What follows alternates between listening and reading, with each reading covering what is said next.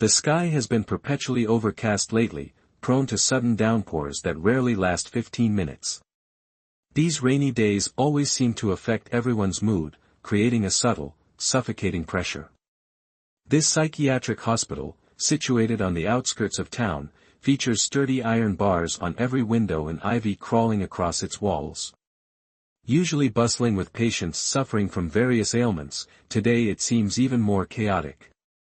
Police cars and fire trucks are parked below the admissions wing, an inflatable mattress lies ready, and everyone below is watching the patient in blue and white striped clothing on the rooftop. He's a psychiatric patient, and places like this always seem to possess a bit of a strange hue, the kind often depicted in horror films and novels. Experiencing it firsthand, however, is rather unsettling. Because of the current situation, all the other patients are locked in their rooms, behind bars. To see what's happening, they've pressed their faces against the windows, some weeping, some laughing, some vacant, others frantic. Standing below, the firefighters and police officers, aside from the hospital staff, feel a chill run down their spines under the strange gazes from those pressed against the windows.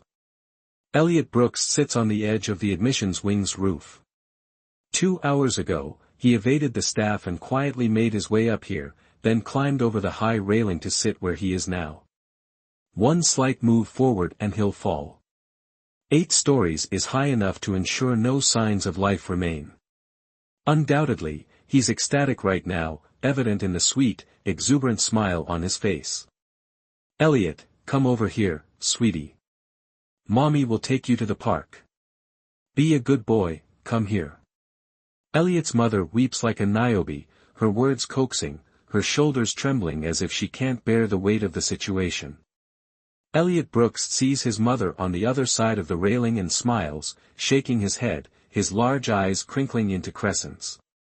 He's not a child, he's 20 years old. He understands everything. But ever since his autism diagnosis, it seems he hasn't grown up in his mother's eyes. He knows everything, he just doesn't say it. Elliot's father comfortingly pats his mother's shoulder, then looks at Elliot Brooks with a gentle expression. Elliot, come down here. Let's go home. Your mother will cook your favorite meal. Elliot Brooks looks at this kind man. He knows this isn't his biological father. Their appearances are completely different, and before Elliot was admitted, he'd overheard his grandmother's disdainful remarks, confirming his suspicions. His grandmother's words even included terms like mongrel and bastard to describe him. He can thank her for his stay in this psychiatric hospital. Elliot Brooks shakes his head again and looks up at the sky. The overcast sky seems closer now that he's on the roof. Since learning the truth, he's been aware he lives with this wealthy family. His father is the chairman of a renowned financial corporation, his mother a kind and beautiful fashion designer. They were a happy family, except for his grandmother's occasional cruel words. This happiness, however, was fleeting. When Elliot Brooks reached his junior year of high school, he was kidnapped, and everything began to change. After discovering he was the heir to a prominent corporation, the traffickers plotted to extort a ransom. Their scheme failed, and they were swiftly apprehended.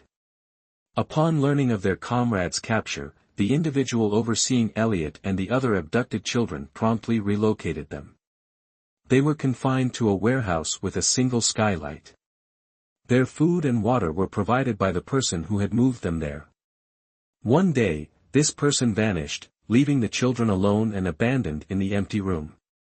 Initially, they attempted escape, but their efforts were thwarted by an unseen obstruction blocking the door. Despair settled in. They even tried the skylight, but even by stacking themselves, the group of teenagers couldn't reach it. 2 months into their captivity, the warehouse door was finally opened. Inside, only an emaciated Elliot Brooks remained, the other teenagers having perished. Only the police and forensic experts present at the scene know how Elliot Brooks managed to survive. Upon his rescue, Elliot was suffering from a 3-day fever. He had lost all memory of the events within the warehouse, a condition diagnosed as selective amnesia. Elliot buried those memories deep within, inaccessible to anyone. After his discharge, Elliot initially suffered from severe nausea and vomiting.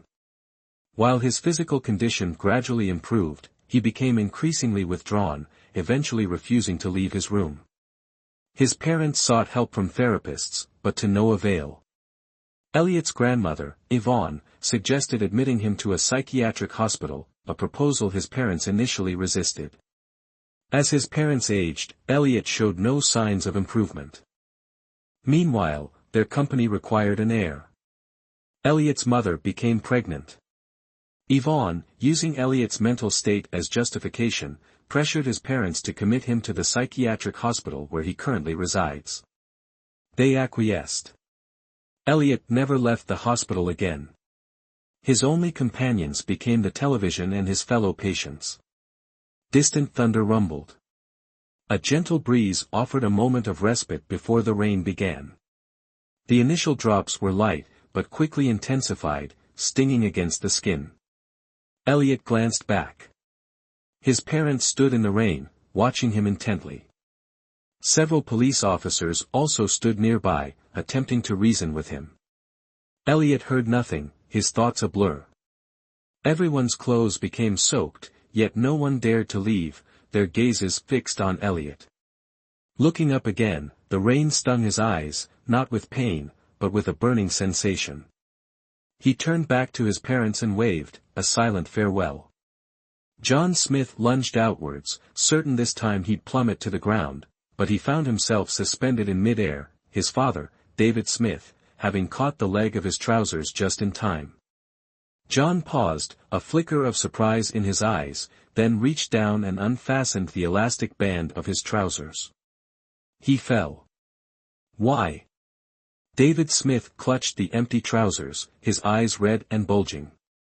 Mary Smith rushed forward, but was held back by several police officers.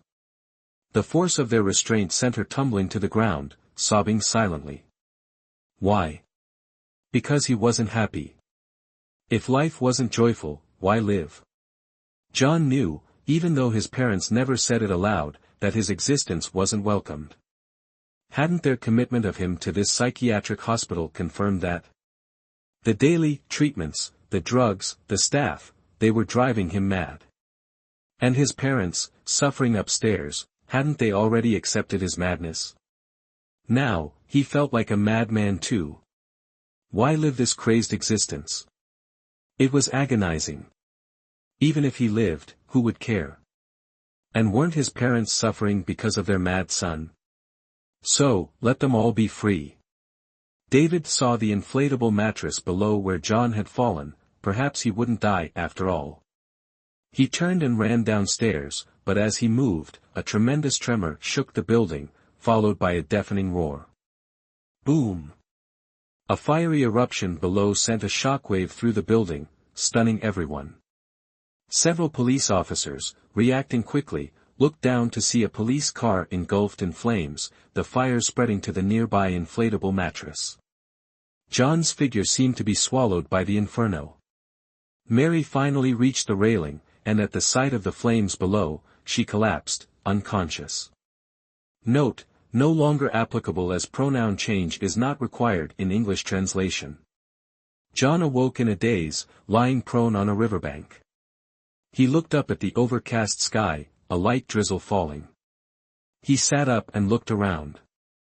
Before him was a deep-looking river, judging by the surface, the current wasn't swift.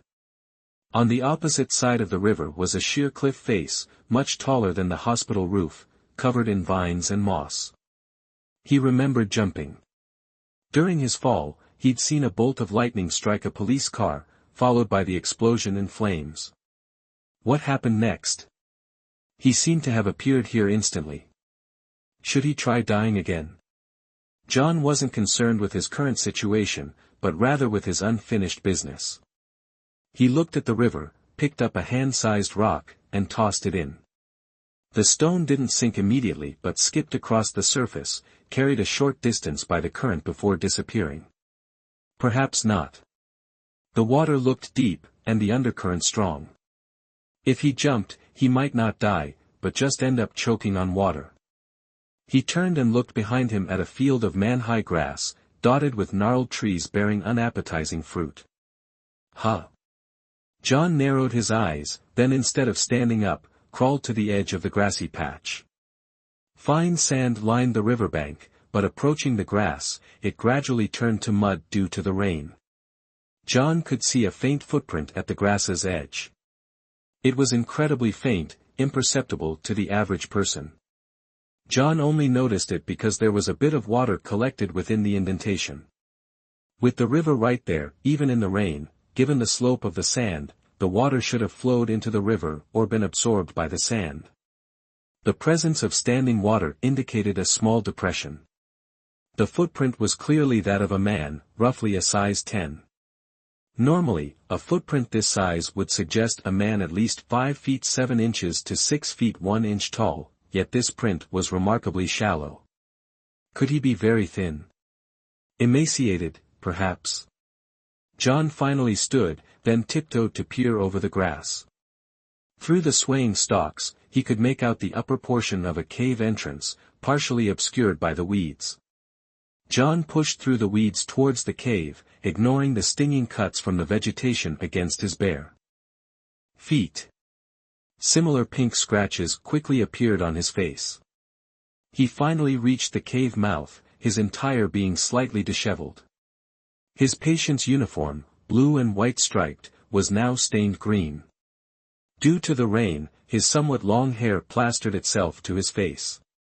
The cave appeared pitch black and silent. John picked up another stone and tossed it inside. Hearing only the sound of the stone landing, he waited a moment. Still no other sound. He entered. Inside, he found it wasn't as dark as he'd imagined. Despite the weeds outside reducing the entrance to a mere slit, enough light filtered in to illuminate the cave's interior. The cave wasn't deep, only about 16 feet. It was empty except for a patch of dried grass at the far end. Some animal seemed to have resided there previously, as a faint, musty odor lingered. On what was once the animal's nest of dried grass now lay a tall figure, clad in a loose purple robe. The wide sleeves were embroidered with a blossoming magnolia crafted from shimmering thread. Purple always carried an air of mystery and danger, while the magnolia represented a cold, aloof, and lofty elegance. Yet, the combination of the two wasn't altogether unpleasant. The figure lay on the dried grass, long hair concealing their face. John knew, however, from the footprint, the figure's build, and the single visible hand, that this was a man. John didn't approach, but observed the hand from afar. It was a beautiful hand, unlike his mother's. Mary's hands were meticulously cared for, soft and smooth. This hand, however, had prominent knuckles, and a dark discoloration under the nails. It wasn't a fungal infection, the nails were clearly glossy. The darkness seemed more like a natural pigmentation.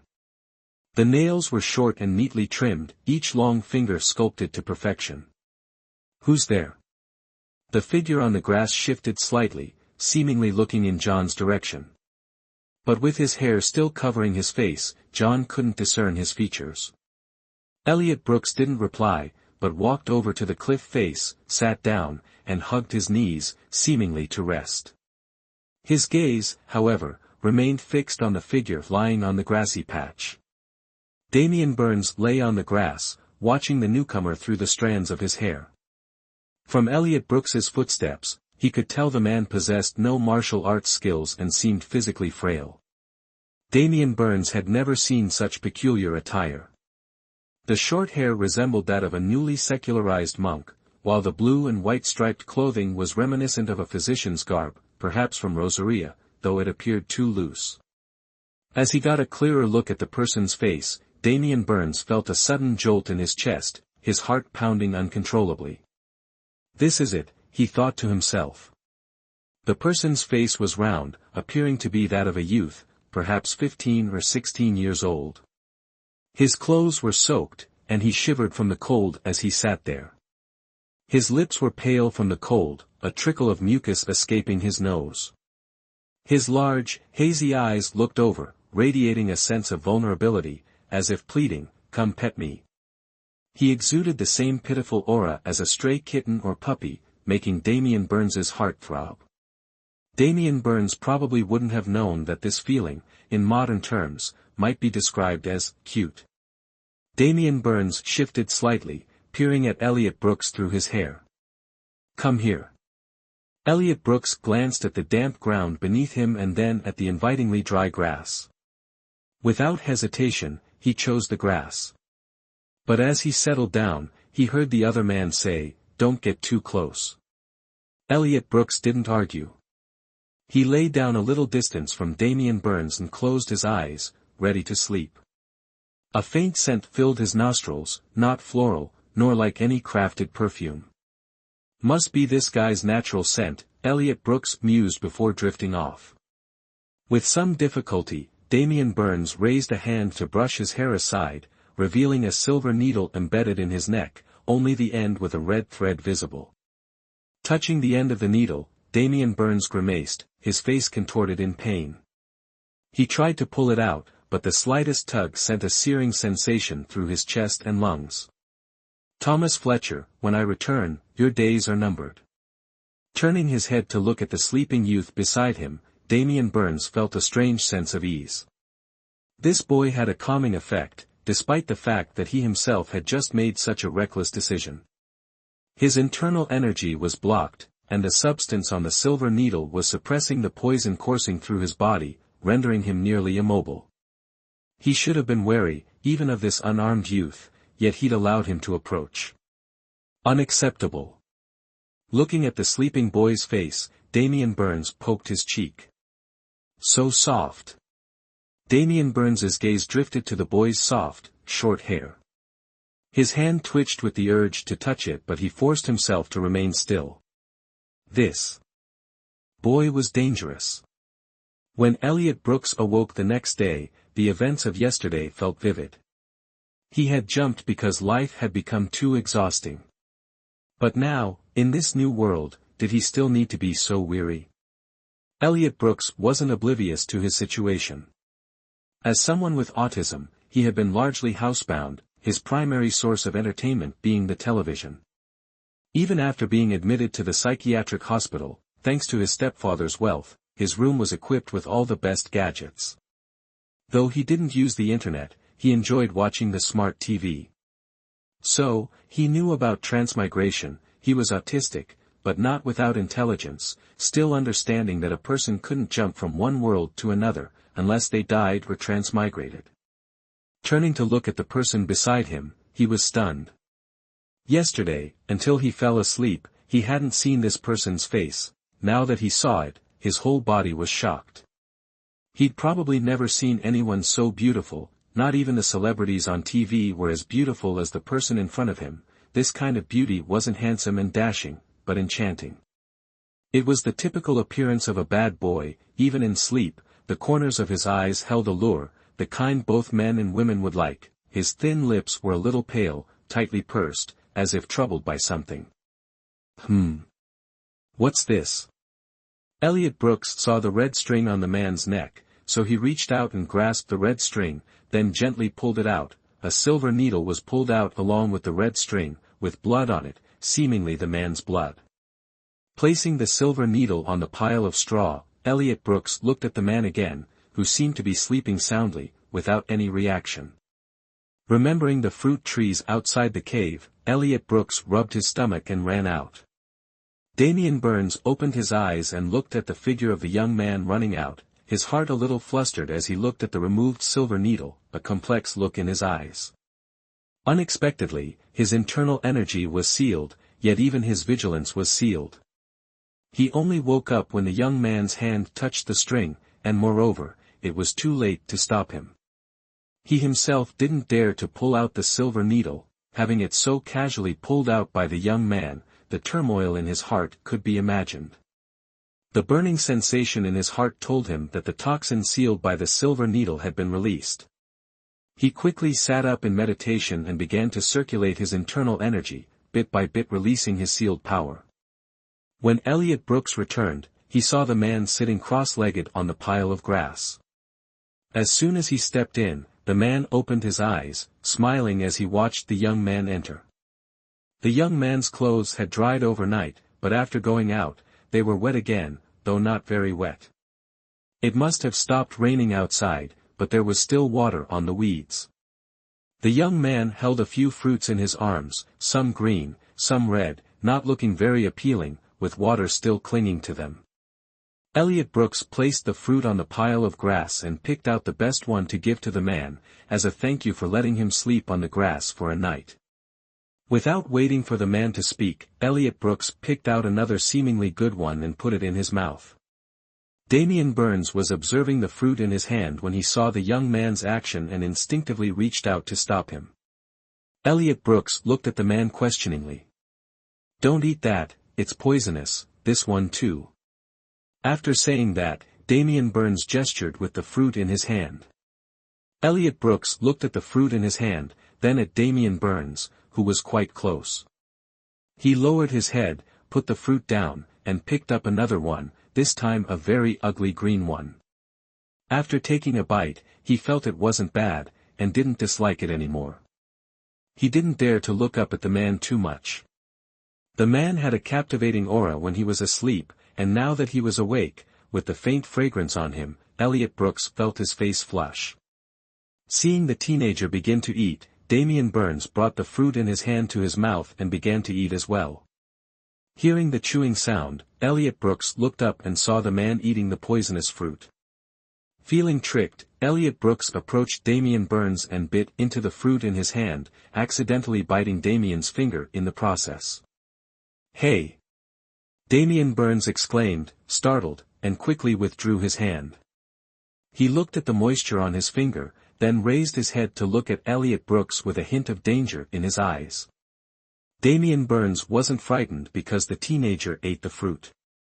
The fruit wouldn't be fatal, at most causing diarrhea. Such a small amount of poison was merely a snack to someone like him, who carried a potent toxin within his body. What truly frightened him was the teenager touching his fingernails. His entire body was poisonous, even his sweat was toxic. The fact that the teenager had licked his fingernail, which he couldn't touch anything with casually, was alarming. Elliot Brooks paid no attention to Damian Burns's expression. He simply disliked the taste of the fruit he'd taken from Damian Burns. Sour and unpleasant, he turned his head and spat it out.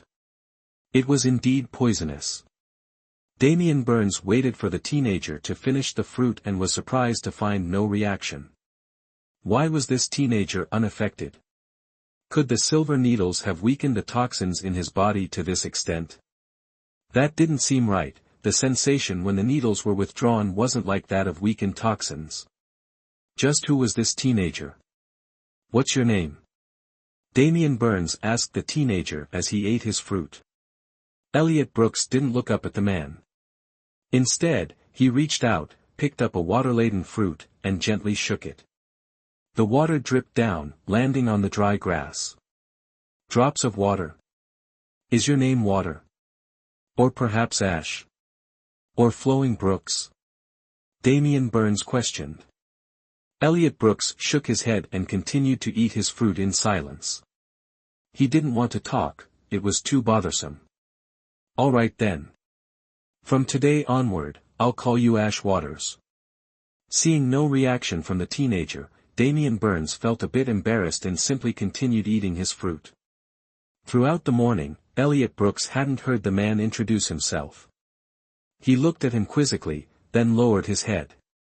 Well, if he wasn't going to introduce himself, then from this day forward, he would call him Adam Gray. After all, the man was eating the fruit he had picked. By midday, Damian Burns had regained enough mobility to venture outside the cave, intending to find a way to climb out. After being struck with the silver needles, which had sealed his toxins and inner energy, he had been pushed down here. Now, although not fully recovered, his inner energy had returned to about 30%, enough to scale the cliff face. However, "Ash Waters, do you want to come with me?" Damian Burns asked Elliot Brooks. Elliot Brooks looked at Damian Burns with a dazed expression, then nodded. He really had no other choice at this point. There it was again, that expression that made his heart race. Damien Burns felt his hands itch, he really wanted to pinch the boy's cheek. He then looked at the steep, high cliff face. Climbing it directly wouldn't work. He'd recovered only 30% of his power. While he could likely ascend, bringing someone else along would be problematic. In the end, they gathered some wild berries as provisions and followed the river upstream. They chose not to go downstream because Damien Burns had explored ahead and discovered that the river ended at the base of the cliff, flowing into an underground spring. But the two hadn't traveled far upstream when they were intercepted by several figures descending from above. These individuals dropped 3 ropes from the cliff face, landing not far from the pair. John Smith, holding Ethan Brown's waist, pulled him into the nearby undergrowth. "Quickly, let's go to where they landed." The leader said his internal energy is sealed, he can't have gone far. These men seemed to deliberately lower their voices, then hurried in the direction the two had been traveling. However, they made a crucial oversight, failing to notice the footprints on the ground. After they had run off, the two rose from the bushes. John Smith looked at the dangling ropes, then pulled out his own belt, securing himself and Ethan Brown together. Now that he knew Alex White wasn't affected by his external poison, such close proximity shouldn't be a problem. "Hold on tight, we're going up." After instructing Ethan Brown and receiving a nod, John Smith grabbed 2 of the ropes. Planting his feet against the cliff face, he defied gravity and ascended rapidly. Aside from occasionally using the cliff face for leverage, the two seemed to make the climb without pause. Nearing the top, John Smith paused. He secured a rope to Ethan Brown's waist and had him grip it firmly before unbuckling his own belt. "Wait for me for the time it takes an incense stick to burn. I'll return immediately." With that, John Smith kicked off the cliff face, soaring upwards and disappearing over the edge. Ethan Brown, suspended from the rope, looked down. The drop was indeed considerably further than the roof of the asylum. But how long is the burning of an incense stick? Approximately 45 to 60 minutes. Dangling from the cliff, Ethan Brown began to count. He wanted to determine exactly how long an incense stick burned. The sounds of a struggle echoed from above, but it didn't seem to last long. Ethan Brown even saw a living person fall past him, but due to the distance, the individual couldn't reach the ropes to save themselves. After another interval, Ethan Brown felt the rope supporting him being pulled, gradually raising him until John Smith finally hauled him over the cliff edge. After pulling Ethan Brown up, John Smith cut the 3 dangling ropes. It was clear that if those who had descended earlier couldn't find another way out, they would be trapped. During this time, Ethan Brown observed the 6 or 7 figures lying scattered on the ground. They appeared to have no external injuries, as there was no blood on the ground. However, upon closer inspection, each had a single drop of crimson blood on their forehead. The skin beneath these blood droplets had turned black. Their cause of death was identical, suggesting the blood was a potent poison, lethal upon contact with skin. Their deaths were gruesome, eyes bulging, faces darkening, tongues protruding, and mouths foaming, a sickening sight. "Let's go," John Smith said, offering Ethan Brown a gentle, unusually warm smile. However, under these circumstances, most people wouldn't find John Smith's current demeanor comforting. But Elliot Brooks found himself somewhat unable to refuse, so he nodded, then lowered his head, and happened to see a face beneath his feet. He lifted his foot slightly, only then noticing Damien Burns's bleeding finger. Elliot Brooks hesitated for a moment, bent down, and tore a piece of coarse cloth from the dead man at his feet. He then bandaged Damien Burns's finger, accidentally getting some blood on his own hand. "Ash Waters, your hand." Damien Burns waited a moment, and seeing no reaction from Elliot Brooks, offered a reminder. Elliot Brooks looked at the blood on his finger, then opened his mouth and licked it. Like normal blood, it had the metallic scent and salty taste of fresh blood, but as it dissolved in his mouth, it evoked a strange, enticing desire. It was delicious. Ash waters? Now Damien Burns was truly intrigued. The youth licked his blood without any ill effects. Could anything be more exciting? This boy wasn't afraid of his poison. This realization pleased Damien Burns immensely. Regardless of who the boy was, the mere fact that he wasn't afraid of his blood was enough reason to keep him around. Elliot Brooks stared at the bandage on Damien Burns's finger. It looked delicious. He wanted to lick it again. Looking down, Damien Burns noticed the youth's vacant expression, as if lost in thought. Suppressing the urge to reach out, he pulled the boy along, starting their journey. It was already midday. They needed to find a place to rest. After walking for a while, Elliot Brooks realized the cause of death for the others. It seemed to be the highly poisonous blood on their heads. Thinking about this, Elliot Brooks drifted back into a daze. He seemed unaffected, so, should he try drinking it again next time? The two continued in silence. They hadn't gone far when Elliot Brooks could walk no further. It couldn't be helped. Someone who spent all their time alone in a room could hardly be expected to endure a long journey. Looking at Elliot Brooks's small frame, Damien Burns took the responsibility of carrying him, using his qigong to travel. Carrying the boy wasn't without its perks. Close against Damien Burns's back, Elliot Brooks inhaled his faint scent and slept soundly. By the time they reached a small town, Elliot Brooks had woken up and quietly followed Damien Burns into an inn. 2 upper rooms. Bring up food and bathwater. Damien Burns pulled a cloth from somewhere to cover his face. His appearance attracted too much attention.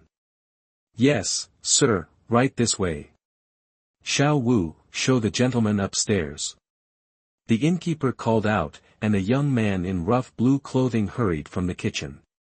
He quickly approached and led the two upstairs to adjacent rooms. After watching Elliot Brooks enter his room, Damien Burns entered his own.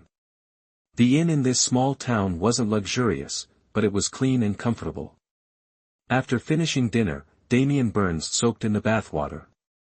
As the warm water enveloped his skin, he felt much more relaxed. He thought about the youth in the next room. Just who was he? Why had he appeared at the bottom of such a deep ravine? How could an ordinary person get there? Moreover, how could an ordinary person react so calmly to a scene of carnage? Strangest of all, the boy showed no fear of his poison and even licked his blood without any reaction. How was that possible?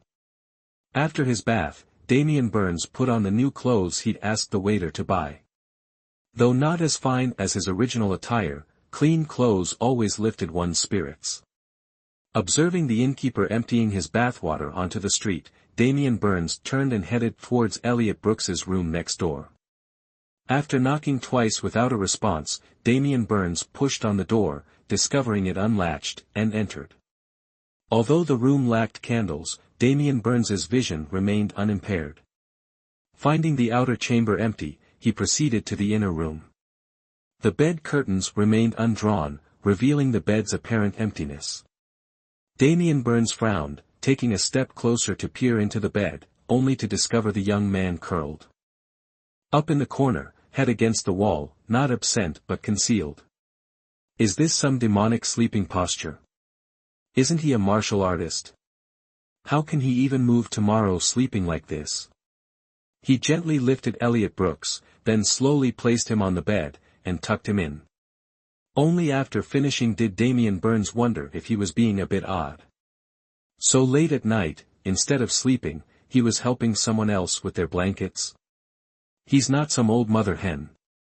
Seeing Elliot Brooks sleeping peacefully, Damien Burns felt like he'd become one anyway.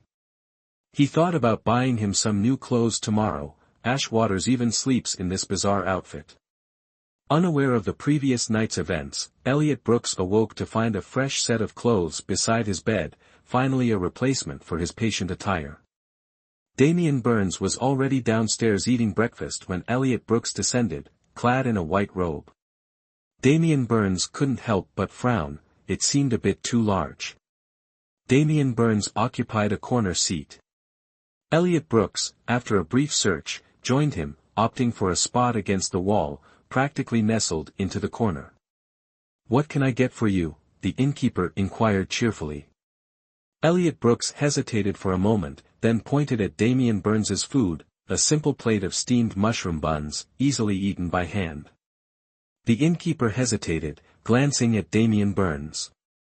"A plate of mushroom buns, and get him a bowl of chicken congee," Damien Burns instructed the innkeeper before turning to Elliot Brooks. "Elliot, can you not speak?" The question felt somewhat intrusive, but Damien Burns was genuinely curious.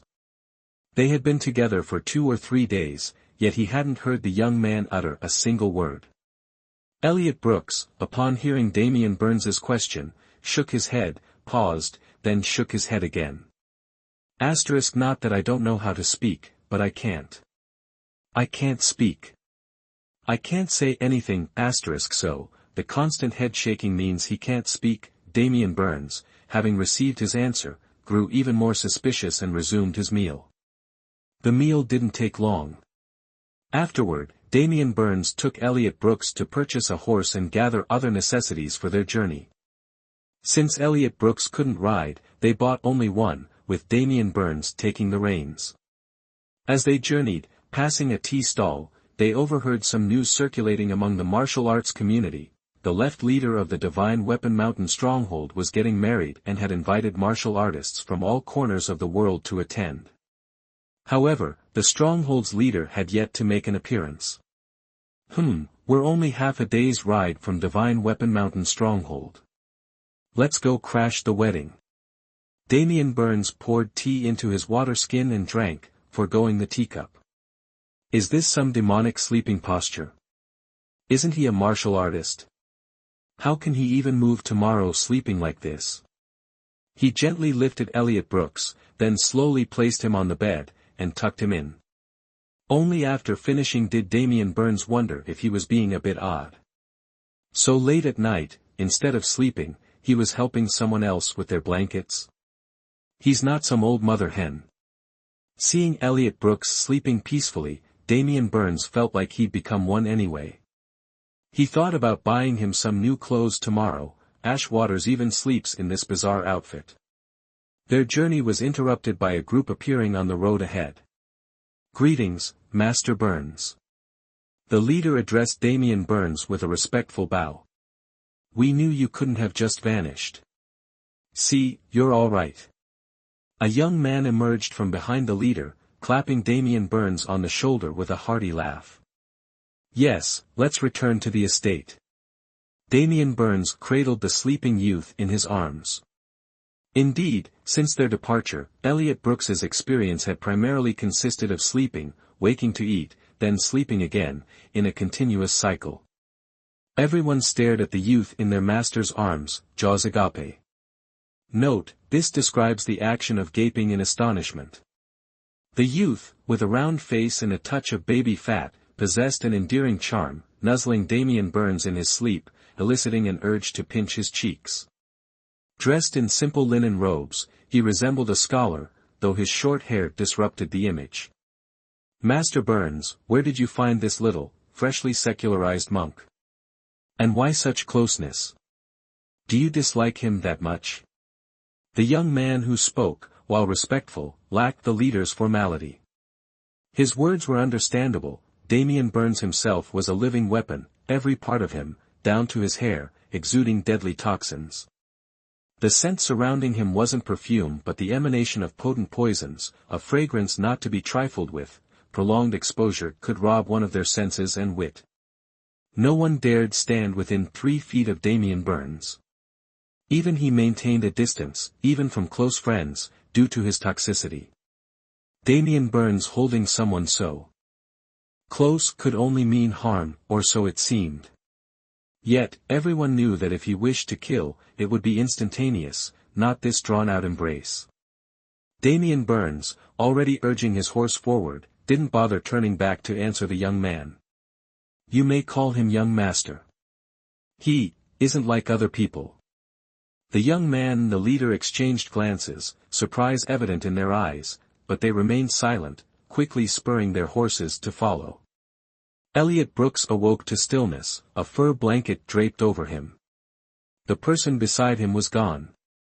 The air was warm, filled with the crackling of fire and distant voices.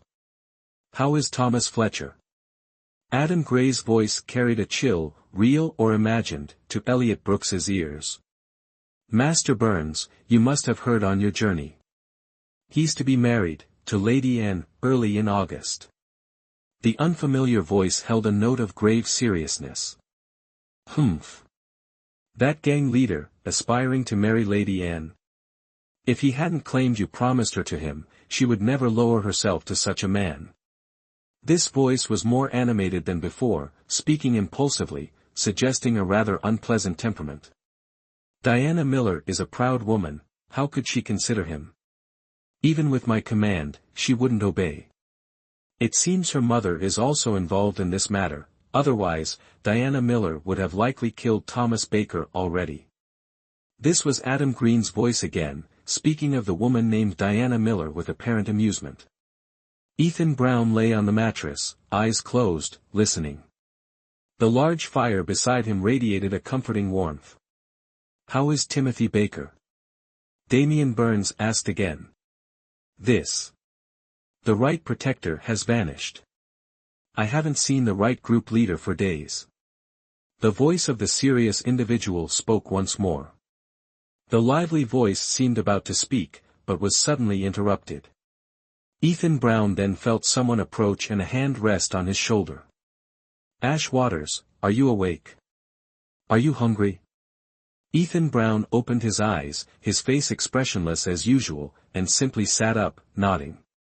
Damian Burns turned his head and called out. "Lance Clark."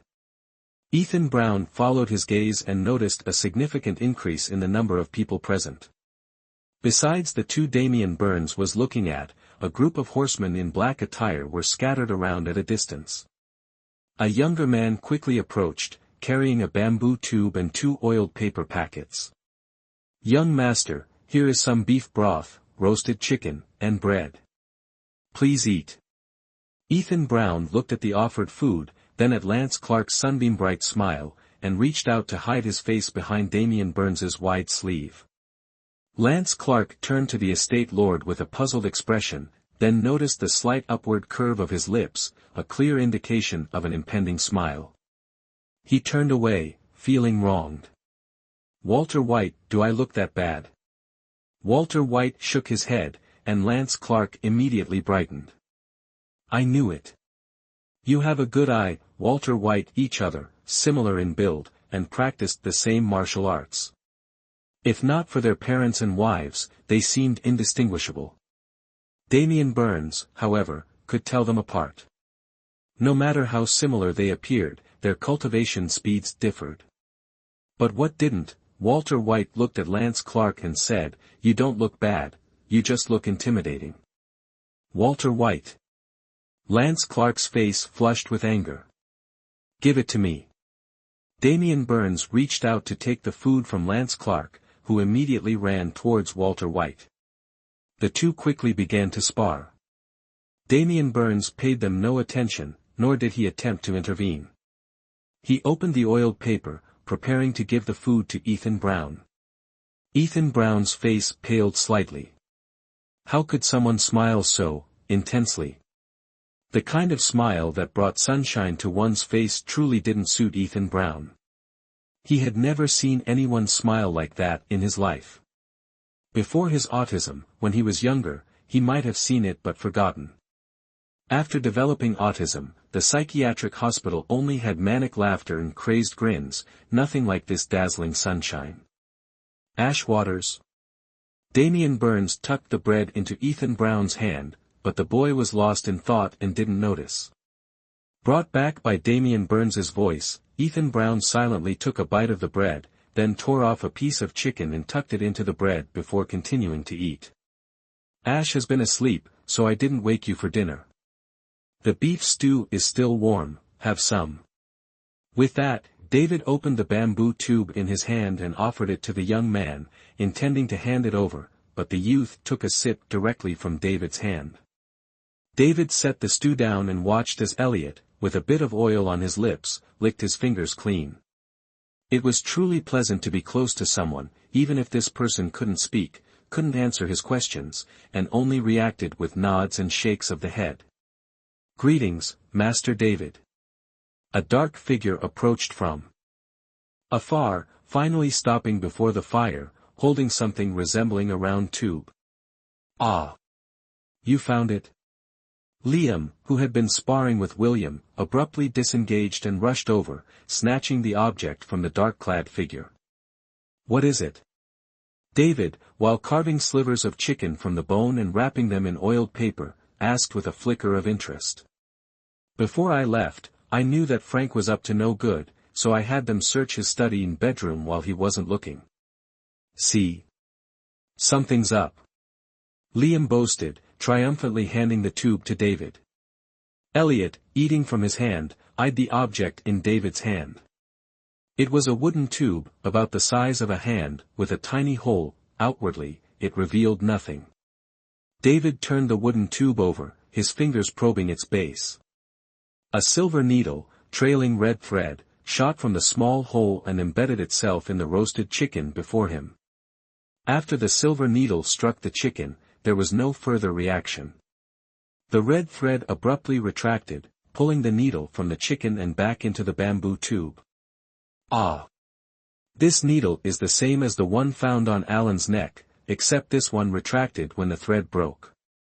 Elliot, chewing on a piece of flatbread, looked regretfully at the uneaten chicken, thankful that Alan had already carved off most of the meat. "Not just this, but this too." The dark-clad figure pulled a document covered in writing from inside his tunic. Elliot glanced at it. Most of the characters were familiar, though a few complex ones were new to him. David took the paper and tossed it into the fire. "No need to look. I know what it is." "You do, Master David?" William stepped forward, watching the paper burn in the flames. "Of course.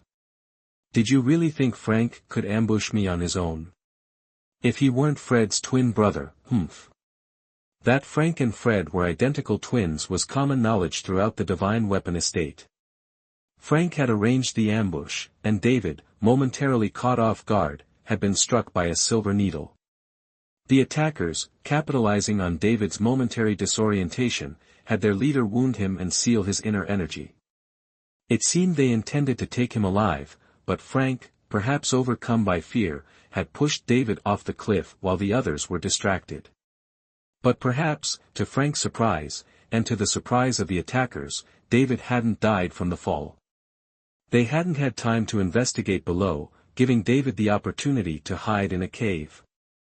James Turner turned his head to look at the youth, noticing he had finished the bread and was staring intently at the wooden tube in his hand. "Do you like it, Alex Waters?" James Turner waved the wooden tube. Alex Waters immediately nodded, his eyes fixed on James Turner's hand while simultaneously shaking his head. "Oh!" His palm itched again. Gripping the wooden tube tightly, he saw the youth looking at him expectantly, his eyes like those of a small animal, making him feel utterly defenseless. This is the power of cute animals. If the young master likes it, he can use it for self-defense. Rest assured, although the silver needles inside are harmful to the master, for ordinary people, they are merely a tonic. "It's all right," John Green felt. "Do you want it?" James Turner asked again. The answer he received was still Alex Waters nodding. Seeing the youth looking at him pitifully, James Turner held back, but couldn't resist any longer, reaching out and placing his hand on Alex Waters' head. It felt truly wonderful, the soft hair like the fur of a small animal, incredibly comfortable to the touch. When Alex Waters took the round tube, he quietly moved a little further away from Robert Gray. The Divine Weapon Manor belongs to Mount Cloud Peak, which lies outside Spring City. The distance from Spring City to their destination was only 3 days' journey, and there were still 6 days until the beginning of August, so they weren't traveling quickly. They wouldn't rush through the night but would stop and rest, not mistreating themselves. Alex Waters' greatest harvest was probably the few paperback novels he borrowed from John Green. He finally knew what kind of place the Divine Weapon Manor was. It was said that the Divine Weapon Manor was a place where influential figures in the martial arts world absolutely had a say. Because the manor produced famous weapons of all kinds, it was called the Divine Weapon Manor. Every manor lord, regardless of their position, had the ability to create a divine weapon that would shake the martial arts world. Most people in the martial arts world dreamed of having a weapon personally forged by the Lord of the Divine Weapon Manor, but it seemed no one had their wish fulfilled. Of course, the Divine Weapon Manor couldn't just consist of the manor lord, otherwise, it would just be an empty shell. It was said that everyone in the Divine Weapon Manor knew a few weapon-making methods, even the servants could open weapon shops and become masters. Asterisk servants, those who serve tea and water, do chores. The Divine Weapon Manor's businesses seemed to be scattered throughout the Chu Kingdom, most of them dealing in weapons, but their other businesses were not to be underestimated. Moreover, it was said that the weapons sold by the Divine Weapon Manor were not only for martial artists, but even the Chu Kingdom's army used weapons from the Divine Weapon Manor. Truly impressive, far more so than in television dramas. Alex Waters looked at the paperback novel in his hand. Although his face was expressionless, his heart was full of unspoken words. However, Alex Waters probably didn't consider the saying, seeing is believing. Even if the things in the novel were true, they would be greatly exaggerated. Compared to reading the novel, it would be better to ask James Turner directly. But Alex Waters didn't focus on the Divine Weapon Manor for too long. In the blink of an eye, he was captivated by another magazine, which talked about some weapon-making techniques. The miscellaneous notes detailed trivial matters, from crafting a slingshot to forging a sword, with a brevity that piqued Arthur's interest. Previously content with just eating and sleeping, Arthur now devoured these books, foregoing sleep during the journey except at night. The journal, a mere 20 pages, had been perused countless times by Arthur over the past few days. Having absorbed the journal's contents, Arthur requested materials from Benjamin that evening. Benjamin, unconcerned, attributed it to youthful curiosity, for what could a speechless, unskilled boy lacking even physical strength accomplish with such items? The group resumed their journey, Arthur nestled in Benjamin's arms, rereading the book on local customs that so captivated him. Suddenly, a sharp gust of wind, laced with murderous intent, whizzed towards Benjamin's neck. Benjamin's smile remained as his wide sleeve billowed, catching the projectile. With a chuckle, he flicked his wrist, sending the dart back towards its origin. The dart embedded itself in the canopy of a towering ancient tree. Within a breath, a dark figure plummeted from the branches, landing lifelessly on the ground. Arthur, engrossed in his reading, looked up at the thud, seeing a body with an arrow protruding from its chest. The distance obscured the blood. Whoosh, whoosh, whoosh.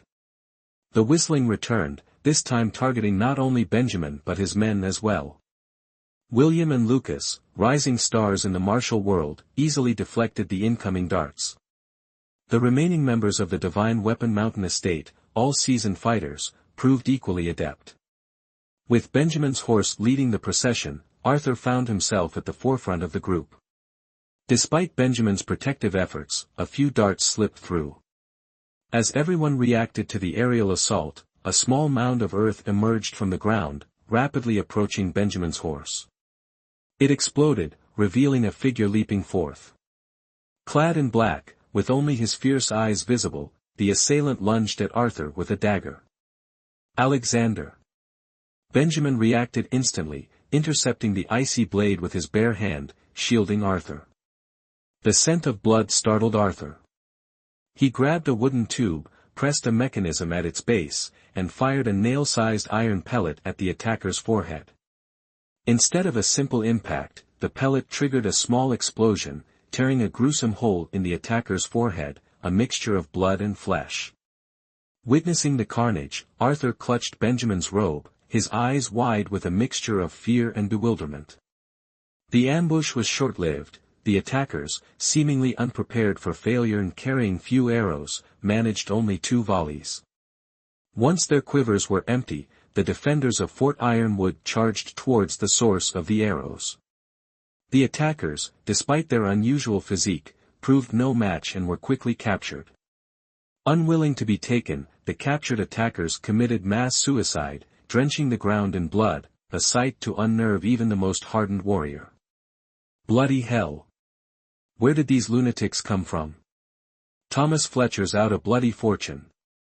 Lance Green cursed, grinding his boot into the blood-soaked mud with disgust. Enough, Lance. They're dead. Let's find somewhere to rest, Walter White said, clapping Lance Green on the shoulder and then glancing at Damian Burns. Damian Burns, however, was preoccupied. He noticed something amiss with Elliot Brooks, whose gaze was fixed on the neck of a corpse whose head had exploded from the dark energy, yet whose stomach rumbled with hunger. He was ravenous. Noticing Damian Burns's injury, Walter White produced a ceramic jar from his coat. Master Burns, tend to your wound. Right. When the young man didn't respond, Damian Burns accepted the jar from Walter White and opened it. A pungent aroma, more akin to poison than medicine, wafted out. Damian Burns poured the black powder onto his wound. The pungent odor, upon contact with his flesh, transformed into a strangely alluring scent that drew people towards him. Elliot Brooks, catching the scent, turned to Damian Burns, his eyes fixated on the wound. He still remembered the taste of Damian Burns's blood, delicious. Now, the powder, like a spice, heightened its appeal. Hungry. Elliot Brooks's voice was barely a whisper, raspy from disuse. Elliot, you can talk. Damian Burns thought he was imagining things. He'd never heard the young man speak before.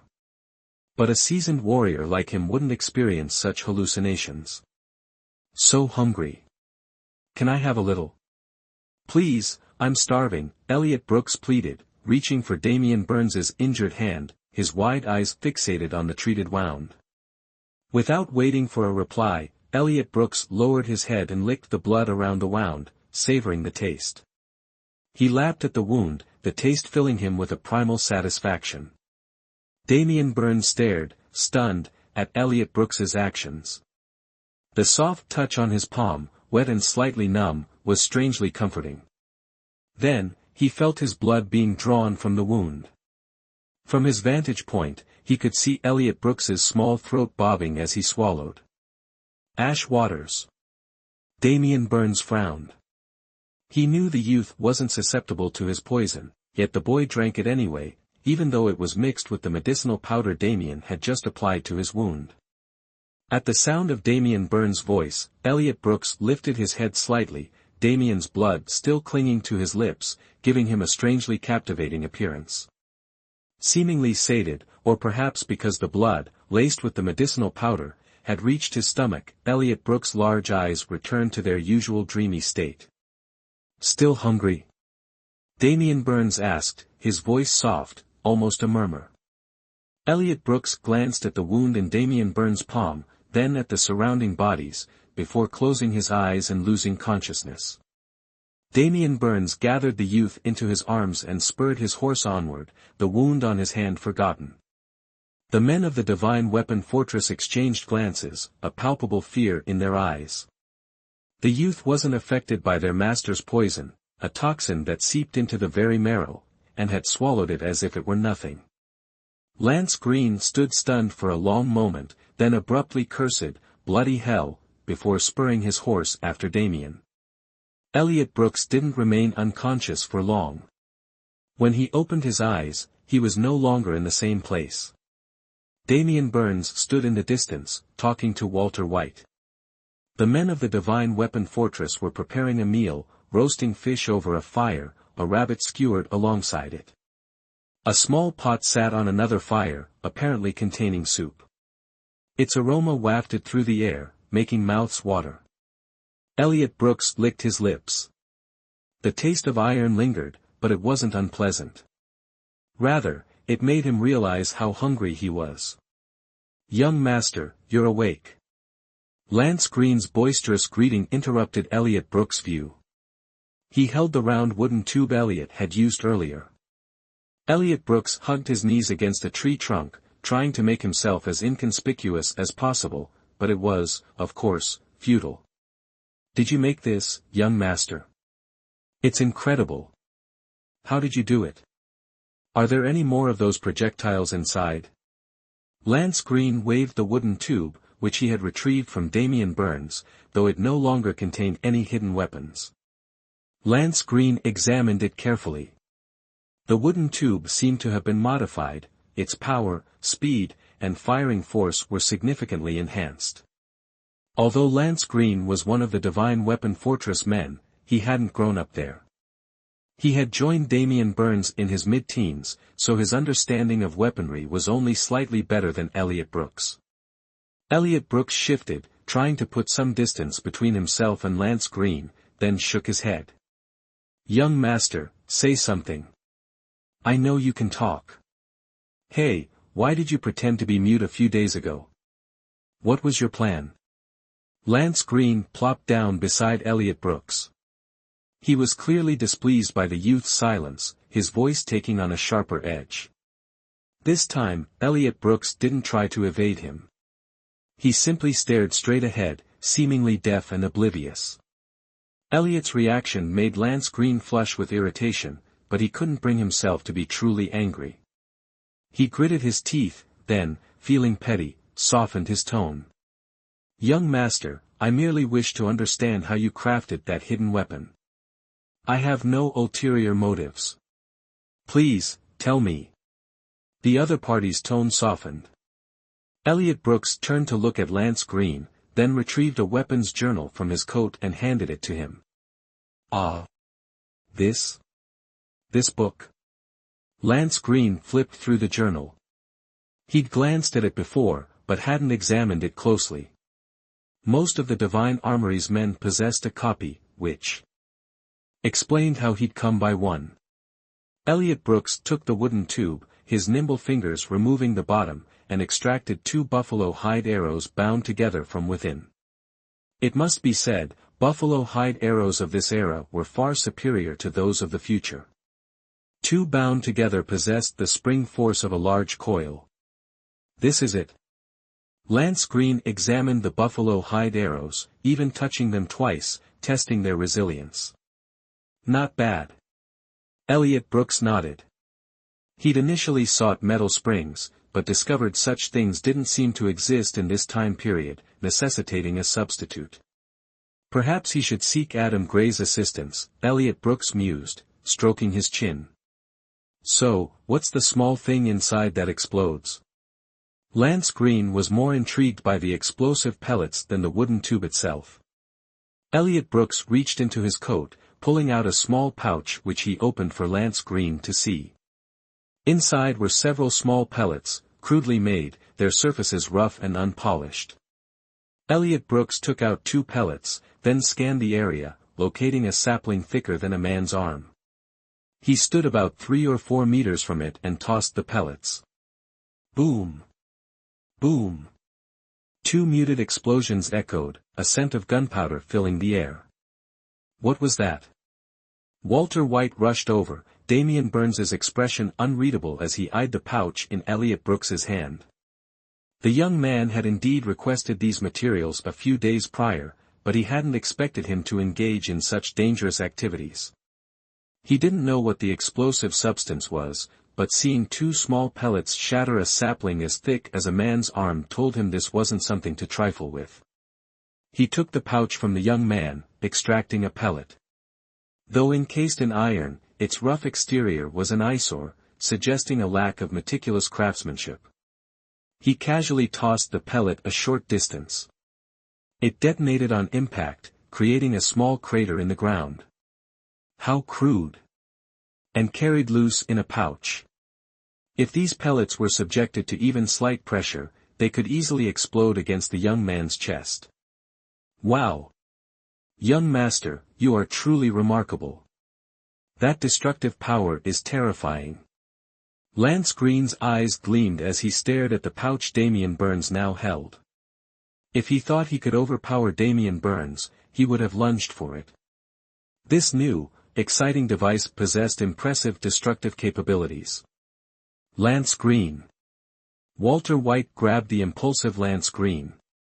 Lance Green was oblivious, but Walter White sensed Damian Burns's displeasure, a dangerous glint in his eyes. "I'll just check on the food preparations." Walter White nodded to Damian Burns while restraining the enthusiastic Lance Green, then quickly pulled him away. Lance Green was dragged away, deeply unhappy, and loudly threatened to hit Walter White along the way, only quieting down after Walter White whispered something to him. Elliot Brooks looked at Damian Burns's calm expression with some confusion, noticing the bag was held in his injured hand, carefully bandaged, yet a little blood still seeped through the white fabric. The taste in Elliot Brooks's mouth was gradually fading, but upon seeing Damian Burns's hand, he felt hungry again. "What is this?" Damian Burns asked, his voice tight as he gripped the object in his hand, careful not to exert too much pressure. Elliot Brooks shook his head in bewilderment and took a step back without saying a word. "Don't you have anything to say?" Damian Burns stepped closer and asked. Elliot Brooks became even more perplexed. "Say what? Was there something he should say?" "Oh, right, there was. He was very hungry." "Speak." Damian Burns insisted when Elliot Brooks didn't respond. Damian Burns was truly striking, even in anger. The way the corners of his eyes reddened when he was upset somehow made him seem even more alluring, almost tender. "I'm hungry." Now that he knew he could speak, Elliot Brooks saw no reason to stay silent. His secret was out. Since he knew he could speak, Elliot Brooks felt no need to remain silent, the charade was already up. Damian Burns's rising anger was instantly extinguished by these words. He didn't know whether to laugh or cry. He casually tossed the bag into the air and struck it with his palm. The bag exploded mid-air, raining down in shreds. "All right. Let's eat first," Damian Burns said, turning Elliot Brooks by the shoulders and leading him toward the fire where fish were grilling. "This is too dangerous. If you want to play, we'll find someone to play with you after we return to the estate." Elliot Brooks remained silent. When had he agreed to go back to the Divine Weapon estate with him? At the bottom of the cliff, he'd only agreed to go with him, not to return to that estate. Oh well, he had nowhere else to go, and he certainly didn't want to interact with other people. He didn't want to be around crowds. With that thought, Elliot Brooks accepted the grilled fish Damian Burns offered him. It was said in the martial world that there were several factions one should never provoke: 1 fortress, 2 estates, and 4 sects. The fortress referred to the forces of the current martial arts leader, Miles Mayhew, called the Azure Citadel, considered the leading force of the righteous martial world. For the sake of fairness, the martial arts leader couldn't belong to any specific faction, so the current Lord of Azure Citadel was Miles Mayhew's eldest son, Marcus Mayhew. The 4 sects represented the backbone of the righteous martial world, the 4 great sects: the Soaring Cloud sect, the Void Harmony sect, the Wind and Moon Pavilion, and the Celestial Medicine Isle. Of course, while they were ranked, everyone knew this ranking wasn't absolute. Each sect had its own strengths and sphere of influence. The Soaring Cloud sect was the most combat proficient of the 4, but internally, there were disparities. The Void Harmony sect was a Taoist sect, its members uninterested in martial world conflicts, but they would intervene if they witnessed injustice. While the Azure Moon sect's disciples and assets primarily revolve around the concept of Azure Moon Snowy Night, they are the most informed of the 4 factions, possessing knowledge of virtually everything. The Celestial Medicine Isle distinguishes itself from other factions as its inhabitants, even the youngest apprentices, possess some degree of medical knowledge, making them a force to be reckoned with. Although healers are not typically known for combat prowess, they are not easy targets. Disregarding their martial arts skills, crossing a healer is often a fatal mistake. The remaining two factions are the Divine Weapon Manor and the Piercing Cloud Manor. Strictly speaking, neither are considered righteous sects nor traditional factions. Their services are readily available to anyone who offers sufficient compensation. The Divine Weapon Manor crafts exceptional weaponry, while the Piercing Cloud Manor deals in assassination. For the right price, they would even dare to eliminate a king. Naturally, the martial world encompasses both righteous sects and numerous unorthodox factions. However, these unorthodox groups prioritize personal gain, hindering their ability to establish lasting influence. Yet, some unorthodox factions do achieve significant power. The Cinder Fire cult, for instance, at its peak, perpetrated a horrific massacre, wiping out an entire righteous sect in a single night, sparing no one but the disciples who were away, 536 lives lost. The martial world is rarely peaceful, yet recent times have been unusually calm. The most significant event has been the impending marriage of Thomas Fletcher of the Divine Weapon Manor. Fletcher himself is relatively unknown, most attendees at his wedding likely wouldn't recognize him. However, his bride is a different story. Diana Cloud, at only 18, is already a renowned figure in the martial world, not only for her exceptional martial arts skills but also her lineage. Her father, Lewis Harold, the previous master of the Divine Weapon Manor, is a legendary hero whose name is known even to commoners. A few years ago, Lewis Harold retired from the martial world to pursue a life of wandering. Beyond her martial prowess and famous father, Diana Cloud possesses other remarkable talents. Everyone in the Divine Weapon Manor knows how to forge weapons. As Lewis Harold's daughter, Diana Cloud inherited this skill, and her craftsmanship is second only to the current manor master, Damian Burns. Her creations are considered the closest to true divine weapons. Despite her martial skills and weaponsmithing abilities, Diana Cloud is not unrefined. On the contrary, she is known for her beauty and elegant demeanor, often referred to as Lady Brown. Many in the martial world are puzzled by her decision to marry an unremarkable branch leader. It remains a perplexing mystery. As early August approaches, the Divine Weapon Manor on Mount Flowing Brightness outside Evergreen City remains quiet, while the village below bustles with activity, adorned with red lanterns and fabrics in anticipation of the upcoming wedding. Authors note, I'm unsure why the Divine Weapon Manor was previously located on Mount Cloud Peak near Spring City. Please bear with me as the story unfolds, any discrepancies will be addressed later. Beneath Mount Lumine, within the Divine Weapon Estate, a vibrant scene unfolded. Crimson fabrics adorned every room, tables and chairs arranged meticulously in the courtyard, and scarlet ribbons overhead filtering the sun's glare. Red silk swayed gently from the main gate, mirrored by the festive red blossoms adorning the two stone lions standing guard. A figure in mourning red wedding attire stood at the entrance, the joyous countenance of a groom on his wedding day. While not conventionally handsome, he possessed a scholarly air, his features growing more appealing with each glance. This was Thomas Fletcher, a division leader within the Divine Weapon Mountain sect. The extent of his martial prowess remained unknown, but his position spoke volumes. Firstly, his elder brother, Timothy Fletcher, served as the right protector of the Divine Weapon Mountain sect. A formidable martial artist, Timothy controlled the forces within Chongping City, situated at the foot of the mountain, highlighting his esteemed position. Although Timothy was known for his magnanimity, true impartiality was rare in the martial world. Thomas's rise was orchestrated by Timothy himself. However, as a mere protector, Timothy couldn't single-handedly elevate Thomas to his level. Thomas's ascent depended on his own capabilities. Thomas shared the same martial lineage as Timothy, their internal energies nearly identical. Yet, Thomas's true talent lay not in combat, but in commerce. His division managed the sect's vast network of shops, contributing a significant fifth of the Divine Weapon Mountain sect's trade revenue.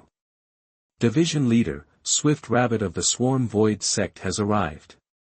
The estate steward, positioned behind Thomas, offered this prompt. His appointment, secured by Thomas, ensured his unwavering loyalty. A flicker of surprise crossed Thomas's smiling face. Recognizing the approaching white-bearded Taoist, he hastened to greet him. "Swift Rabbit, a pleasure to finally meet you."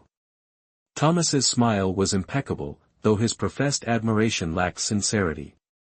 It wasn't a personal slight against Swift Rabbit, but rather a general disregard for most of the martial world figures present.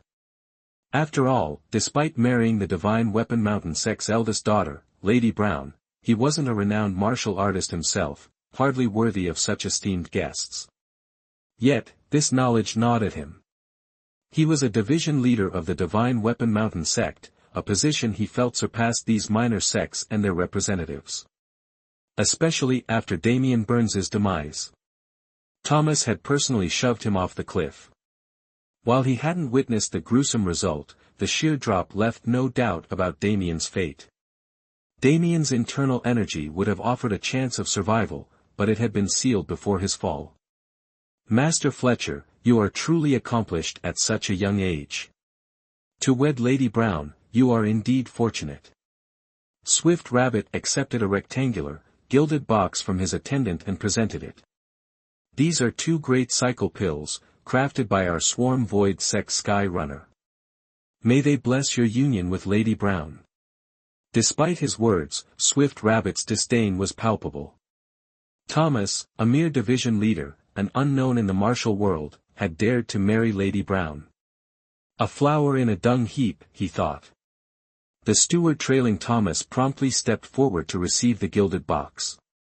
After exchanging a few pleasantries, neither man taking the other's words seriously, Thomas Fletcher summoned the steward to escort Philip into the manor.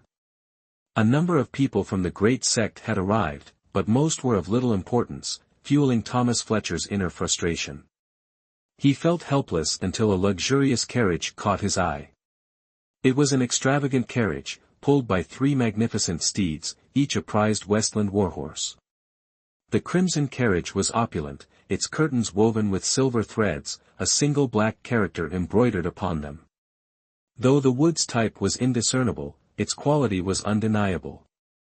The carriage alone spoke volumes about the visitor's formidable background, yet Thomas Fletcher felt no joy, only a bitter taste in his mouth. He knew the occupant, Miles Gale, elder martial brother of Damian Burns, the current island lord of Medicine Isle. Miles Gale of Medicine Isle was renowned throughout the martial world as the Medicine King. Even the most stubborn ailments yielded to his expertise. However, he possessed a notoriously foul temper, not the mere eccentricity of a reclusive master, but genuinely vile. Medicine Isle, though nominally a righteous sect, was so only in name. Miles Gale alone defied the very principles of the righteous path. He killed on a whim, slaying those he favored as readily as those he despised. A single misplaced word could provoke his deadly wrath, even from someone he admired. Damian Burns of the Divine Weapon Manor, though known as Grim Damian, had a reputation for a reasonable temperament, at least publicly. While Damian Burns was typically arrogant, he wasn't known for wanton killing, outwardly, at least. What transpired in secret remained hidden from the martial world's eyes. No one would have guessed these 2 polar opposites were martial brothers. Even Thomas Fletcher's knowledge came by chance, overheard from Timothy Fletcher, whose own source remained a mystery. As the carriage approached, Thomas Fletcher plastered a perfect smile on his face and went to greet the arrival. "Master Gale, I am honored by your presence. I apologize for the lack of a grand welcome, my humble abode is hardly worthy of such a distinguished guest." Neither the front nor the rear of the carriage had attendants. Only a single, cold-faced young man rode ahead, and Thomas Fletcher knew he wasn't a mere driver. The aloof youth looked down at Thomas Fletcher, a flicker of mockery in his eyes. "I recall this being Lord Burns's estate. Since when has it become your humble abode?" "Our island lord seeks an audience with Lord Burns." "Is he present?" Thomas Fletcher seethed inwardly at the slight, but dared not show it, his resentment festering. "The manor lord is currently away. He received a letter from the former manor lord some days ago and departed to seek him out." Thomas Fletcher saw the youth's disbelief but offered no further explanation. He knew that sometimes, the less said, the better. Further justification would only breed more suspicion. A petty branch leader. The youth's voice was low, but trained martial artists possessed keen hearing. Even Thomas Fletcher, despite his limited martial prowess, heard the insult clearly. His face flushed with anger. If he's not here, then I'll stay. I've nothing better to do, so I might as well wait for his return. A languid, raspy voice drifted from the carriage, sounding as if Miles Gale had just woken and was still half asleep. Here. I fear disturbing Mr. Gale's peace. Today is my joyous wedding day, and the estate is already quite boisterous. It's fine. Just make the arrangements. Miles Gale's voice cut through Thomas Fletcher's words from inside the carriage, the tone heavy and dismissive, treating Thomas like a mere servant. Thomas Fletcher desperately wanted Miles gone. Damien Burns wouldn't be returning, but a few of his fiercely loyal followers remained, posing a potential threat.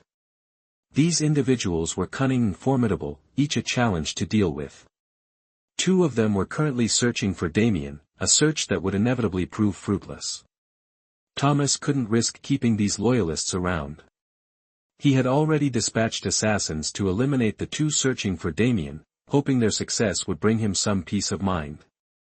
The assassins had been gone for days with no sign of return. Though worried, Thomas wasn't overly concerned, confident in their deadly skills. Thomas's words were cut short, and Miles's condescending tone grated on his nerves, fueling his resentment. He had thought Damien's death would free him from such imperious commands, only to be slapped in the face by Miles's arrogance. On the mountain path of Mount Lumine, a bridal procession came to a halt. A woman in white sat within the palanquin. If not for the veil covering her head, no one would have guessed she was a bride. Sensing the palanquin stop, she lifted her veil and peered outside. Brother. Damien Burns stood nearby, accompanied by Elliot Brooks, who was curiously observing Diana Cloud's palanquin. So this was how ancient weddings were conducted, no elaborate headdresses or shoulder scarves. Diana stepped out of the palanquin, shoving aside the attendant who tried to stop her. The plump attendant tumbled to the ground. The procession members exchanged glances, but none dared to intervene. Arranged by Diana's mother, they were ordinary folk, no match for Lady Brown's sudden defiance. Diana wiped her hands on her veil, tossed it to the ground, smoothed her dress, and approached Damien, stopping 3 inches before him, clasping her hands in a traditional martial arts greeting. 1. A traditional martial arts greeting where the right fist is enclosed by the left palm. Brother, you're back. With Miles intending to stay, Thomas Fletcher had no choice but to personally arrange accommodations, leaving the initial guest reception to the. Thomas tried to use the ongoing wedding as an excuse to house Miles as far away as possible, but the driver interrupted him. It's all right. Our island lord stayed in the West Wing before, he can stay there again.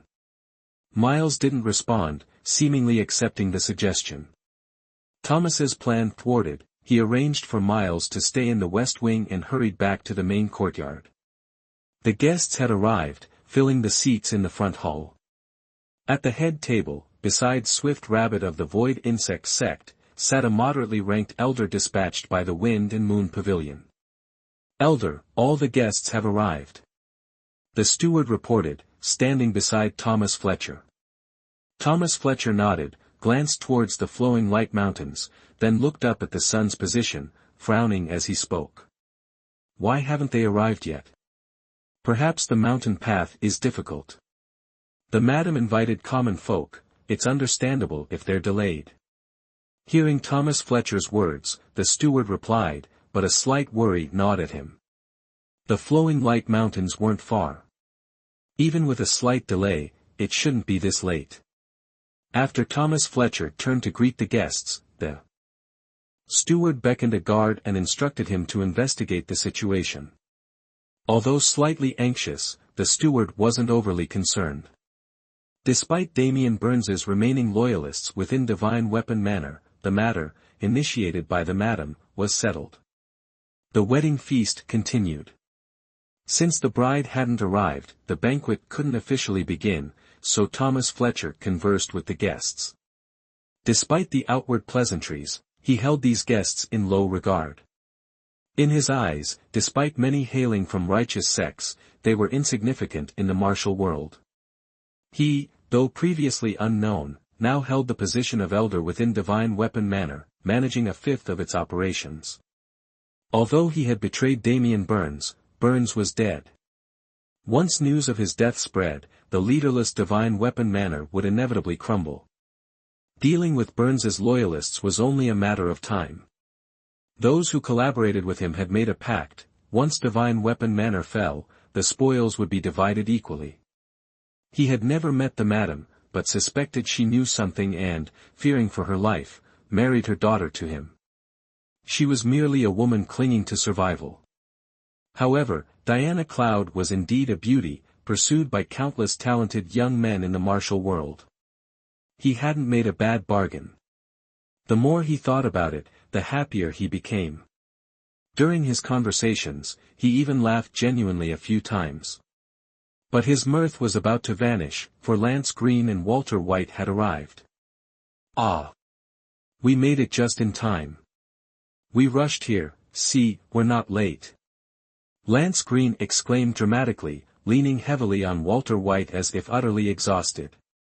Congratulations. Compared to Lance Green, Walter White was much more composed, presenting a brocade box. Thank you, Left Protector, and thank you, Leader Green.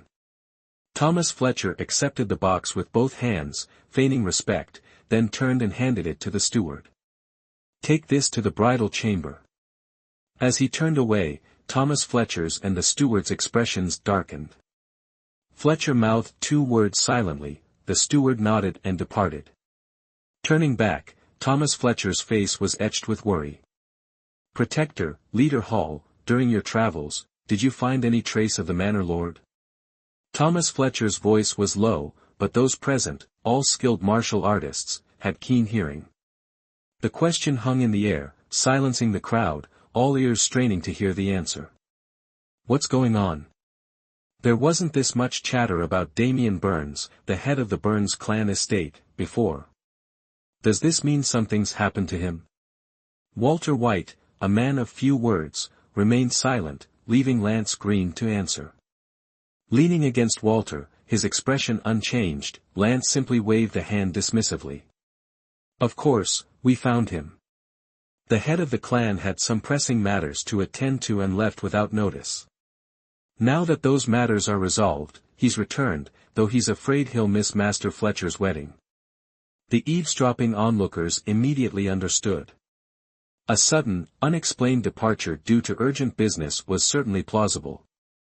That's wonderful, absolutely wonderful. When I heard the head of the clan was missing, I thought, someone as formidable as him, no one could possibly detain him. Thomas Fletcher, about to offer further pleasantries, was interrupted by a voice from outside. A young man in red attire entered, hurrying to greet Thomas Fletcher upon seeing him. Sir, please prepare yourself, Our Lady's bridal palanquin has arrived. Hearing this, Thomas Fletcher ceased his conversation, clasped his hands towards Walter and Lance, and strode towards the main entrance. The assembled guests naturally couldn't remain seated. Lady Brown was a renowned beauty in their circles, and this was a chance to catch a glimpse of her before she became another man's wife. A small brazier, its coals glowing fiercely, had been placed outside the gate. The bridal procession approached from the distance, leaving a fragrant trail of flowers in its wake. At the center of the procession was an ornately decorated palanquin, its 4 sides veiled in red cloth. As the wind stirred, the graceful form of a woman seated within could be faintly discerned. Watching the approaching procession, Thomas Fletcher instinctively smoothed his wedding robes and adjusted his hair ornament. He hadn't known Diana Cloud well, their encounters could be counted on one hand. He was merely a gang leader, while she was the esteemed daughter of the Burns clan, highborn and revered. Known throughout the land as the ethereal Lady Brown, he never imagined their paths would intertwine. His impression of Diana Cloud remained rooted in the tales of her prowess, a martial arts master, an otherworldly beauty, the dream of countless aspiring young men. The prospect of marrying such a woman filled him with nervous anticipation. As the palanquin drew near, the clang of gongs and drums gradually subsided, falling silent before the gate. "Come now, groom. Come and retrieve your bride." A tall, slender wedding attendant approached the palanquin, a flower-scented handkerchief in hand, reaching out to pat Thomas Fletcher. Thomas Fletcher swayed aside, narrowly avoiding the attendant's touch. The overpowering scent of the handkerchief momentarily dimmed his vision. The attendant, seemingly accustomed to such reactions, tucked the handkerchief into her sleeve and prompted Thomas Fletcher again. "Come along, groom. The bride awaits." As his vision cleared, Thomas Fletcher nodded, straightened his robes, and stepped forward. Passing the procession, he reached the palanquin, cleared his throat, and spoke. "Madam, it's time to alight from the palanquin."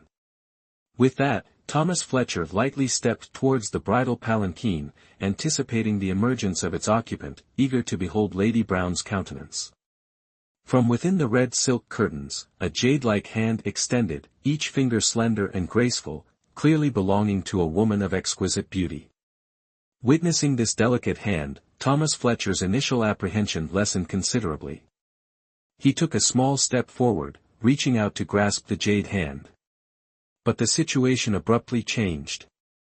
With a swift twist of the wrist, the hand delivered a forceful blow to Thomas Fletcher's chest, sending him stumbling backward into the crowd. Then, the red curtains of the palanquin parted, revealing a woman in white, emanating an aura of formidable power.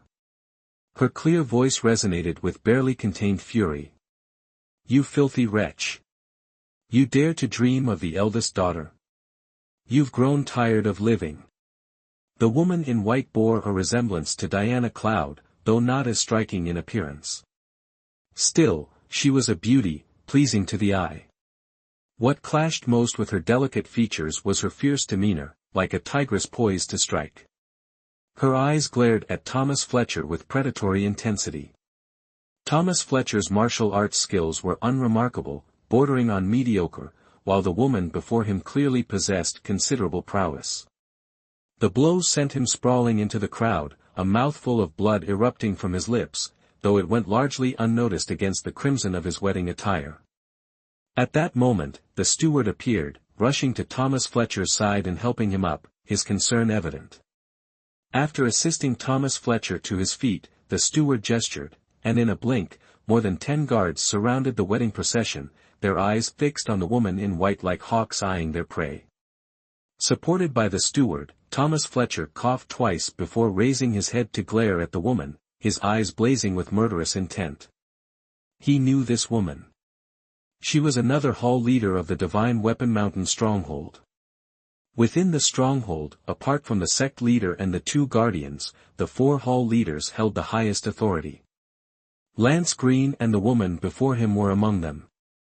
Lance Green oversaw the Earth division among the 4 divisions of Heaven, Earth, Mystery, and Yellow, primarily responsible for the stronghold's security. While not solely responsible for all defense lines, he controlled their deployment. Despite Lance Green's seemingly casual and carefree demeanor, he possessed a deep understanding of the 5 elements and 8 trigrams formations. No one in the stronghold dared underestimate him based on appearances. The woman before him, Evelyn Hall, managed the Yellow Division, overseeing the stronghold's trade and commerce. Despite her fiery temper, she was a shrewd businesswoman. Her temperament, far from hindering her dealings, often lulled others into a false sense of security. Moreover, strictly speaking, Thomas Fletcher's branch fell under the Yellow Division's jurisdiction, as his shops were part of the stronghold's business ventures. Having regained his composure, Thomas Fletcher pushed the steward aside and stood upright. "Hall leader, what is the meaning of this?" Evelyn Hall glanced at the encircling guards, her expression dismissive, as if regarding Thomas Fletcher with utter contempt. "What? I thought you knew, Thomas Fletcher, you're a traitor to the Divine Forge Manor." Evelyn Hall's words were like a bomb, stunning the martial world guests attending the wedding. Confusion turned to sidelong glances at the groom, Thomas Fletcher. Those in the martial world, especially those who claimed to be righteous, valued their reputation highly and naturally wanted to act with honor and integrity. Although only Evelyn Hall had spoken, judging by Thomas Fletcher's reaction, she was also from the Divine Forge Manor, and of high rank. Her words were likely true. Uncertainty rippled through the crowd and the surrounding guards. They served the Divine Forge Manor, yes, but they were only guards. They couldn't afford to offend anyone powerful. Thomas Fletcher's heart pounded at Evelyn Hall's accusation. Lance Green had just mentioned finding Damien Burns, and now someone accused him of betrayal. He had betrayed the Divine Forge Manor, but only his collaborators and the supposedly deceased Damien Burns knew. Could Damien Burns have returned? Everyone watched Thomas Fletcher, whose silence seemed to confirm Evelyn Hall's words. A Hall leader wouldn't make such an accusation against a manor lord lightly. Thomas Fletcher felt the shift in the crowd. When he looked around, only Swift Rabbit of the Void Sect and a manor lord from the Wind and Moon Pavilion remained nearby, the others had retreated. You ingrate! My brother promoted you, trusted you, and this is how you repay him.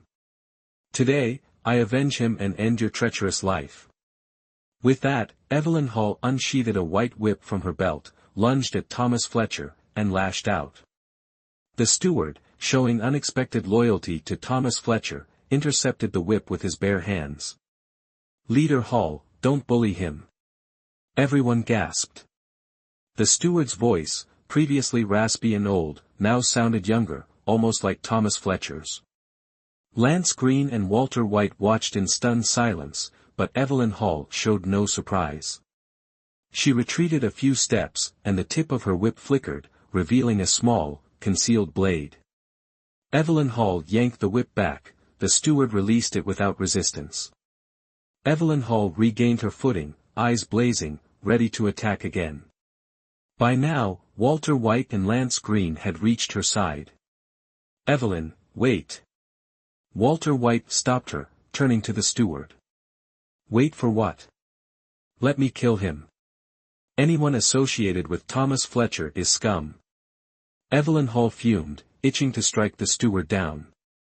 The steward stood his ground, neither arrogant nor afraid. Thomas Fletcher stood beside him, silent and watchful.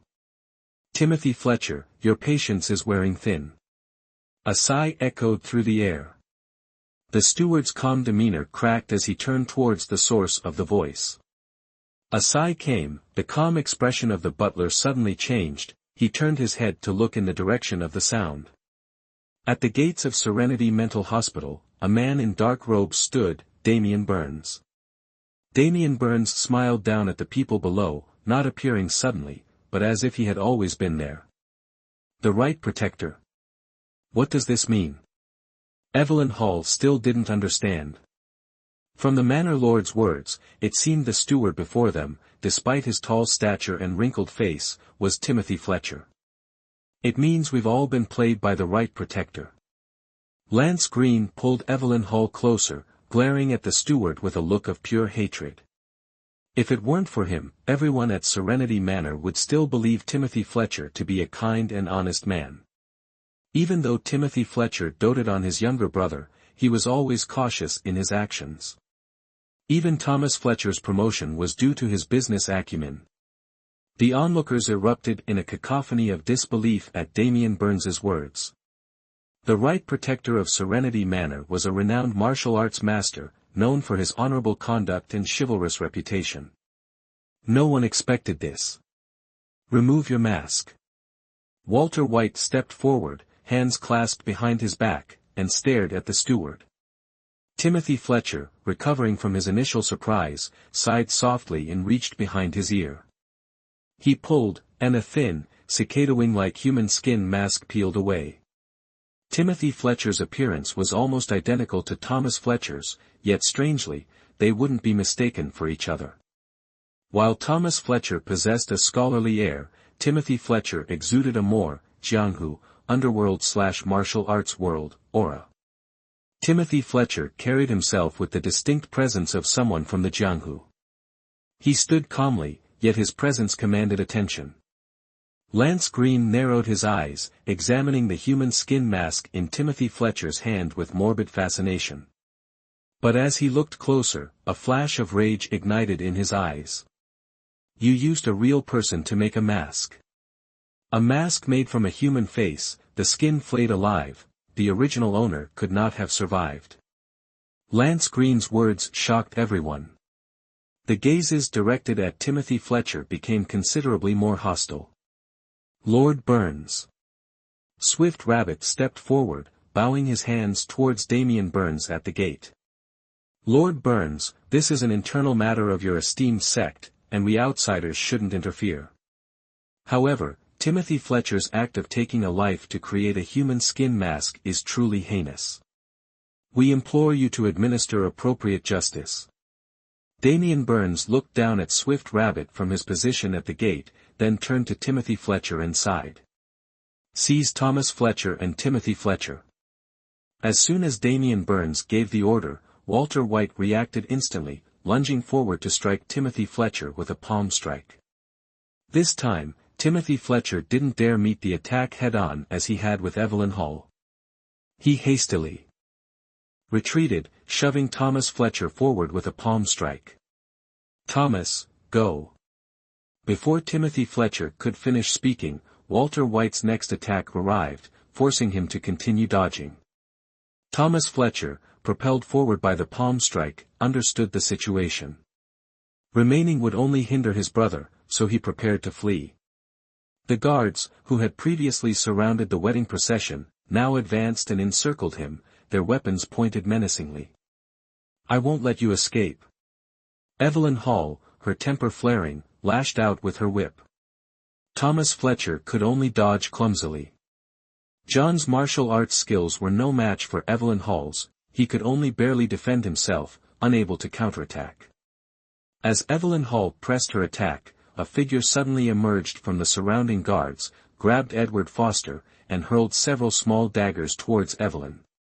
Evelyn Hall quickly retreated, her whip snapping out with a sharp crack, deflecting the daggers. When she looked again, both Edward Foster and the guard had vanished. While Edward Foster had been rescued, his brother, Ethan Foster, found himself in a desperate struggle. Both he and William White were protectors of the mountain fortress, and naturally, their martial arts were formidable. However, William White was a particularly challenging opponent, even more skilled than Ethan. William White, though 10 years younger than Ethan Foster, possessed impressive martial arts prowess. If not for David Burke's authority, he would likely be a leading young talent in the martial arts world. It was unclear what David Burke had done to persuade such a skilled individual to serve as a protector at the mountain fortress, effectively binding him to its confines. As the two exchanged blows once more, Ethan Foster, aware of his brother's disappearance, lost his will to fight. With Edward gone, he glanced at William White with an air of indifference. Ethan Foster formed claws with his hands, striking towards William White's pressure points. William White, who had been using both palms in the fight, remained unmoved. His left hand touched his belt, and as Ethan Foster approached, he pivoted, a flexible sword now in his hand. The flexible sword, gleaming with a cold sharpness, pierced Ethan Foster's shoulder. Ethan recoiled in shock, stumbling backward. Ack! A right hand, severed at the wrist, fell to the ground, twitching twice amidst the fresh blood. Despite his hasty retreat, Ethan Foster couldn't escape the swiftness of William White's flexible sword. Though it hadn't completely severed his arm at the shoulder, it had left him with only a hand. Ethan Foster's face paled as he clutched his wounded right arm, glaring at William White with venomous hatred. Unfazed, William White raised his sword for another attack. Weakened by blood loss and the fight, Ethan Foster's strength was depleted. By the time William White apprehended him, he had sustained numerous additional wounds. David Burke observed the battered Ethan Foster kneeling on the ground, slowly approaching him. I won't ask why you betrayed us, David Burke said, his voice devoid of warmth, despite the smile on his face. But there are still matters to attend to. He addressed the assembled martial artists, his smile lacking any trace of warmth.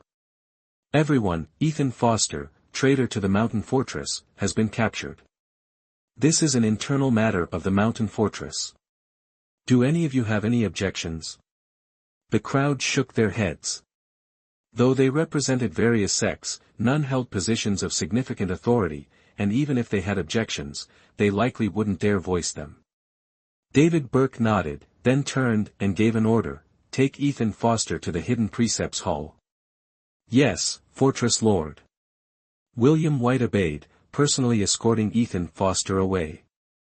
The incident had taken some time, but the martial artists who had come to offer congratulations couldn't simply disperse.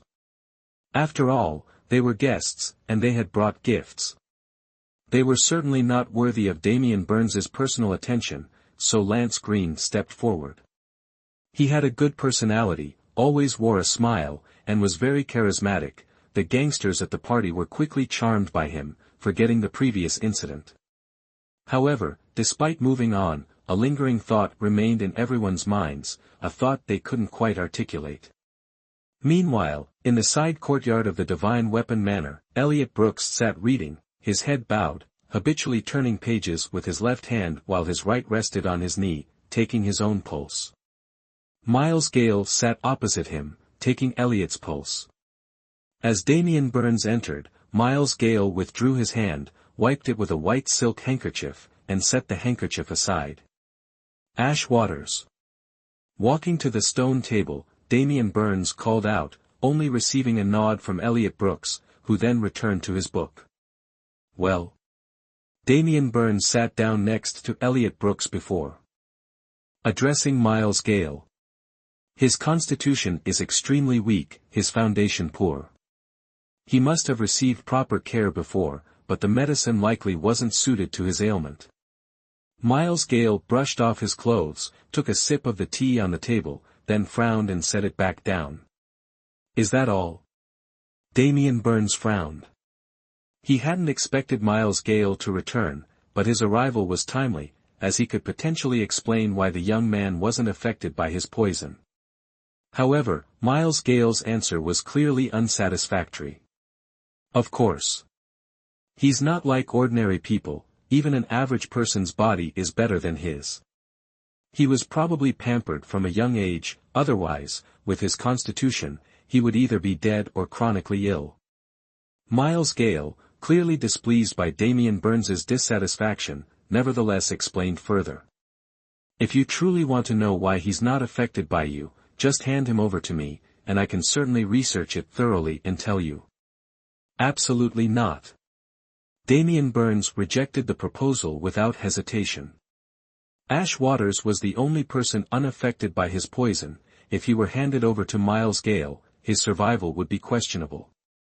Miles Gale, unfazed by Damian Burns's attitude, shifted his gaze back to Elliot Brooks. "Actually, there are two possibilities for why he's unaffected by you." Damian Burns looked at him, gesturing for him to continue. "Firstly, his natural constitution might be such that any toxins, upon contact, are neutralized or even dissolved by his body. And secondly." Miles Gale looked at Damian Burns before continuing. "Secondly, he's either like you, a complete poison person, or he's a complete medicine person. Either way, he naturally wouldn't be affected by you." After hearing Miles Gale's second possibility, Damian Burns remained silent for a moment, his expression unreadable. The air grew still. Despite the warm weather, Elliot Brooks felt a chill. He looked up from his book, noticing that his pulse had been taken. He withdrew his hand and held the book with both.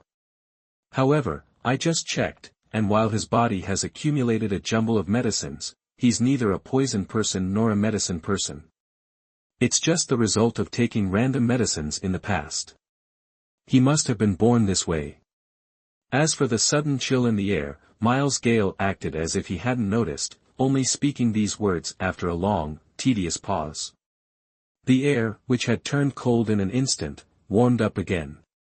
Damian Burns, clearly displeased, glanced at Miles Gale, then turned to look at Elliot Brooks, but Elliot, engrossed in his book, didn't notice. "Why aren't you staying put on Miracle Isle? What brings you to my place?" Miles Gale paused, his fingers tapping slowly on the stone table before finally speaking.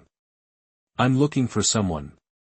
Your divine weapon manor has quite a few disciples, so I came here." Hearing this, Damian Burns, seemingly recalling something, continued to look at Elliot Brooks while speaking. "Who could make you personally go out and search? Could it be?" Damian Burns trailed off, his words heavy with innuendo. Hearing the voice so close, Elliot Brooks looked up and caught the suggestive smile on Damian Burns's face. Damian Burns's features were already alluring, and now, seeing his smile up close, the slight redness at the corners of his eyes, Elliot Brooks, for some reason, felt a flush of heat and couldn't look away.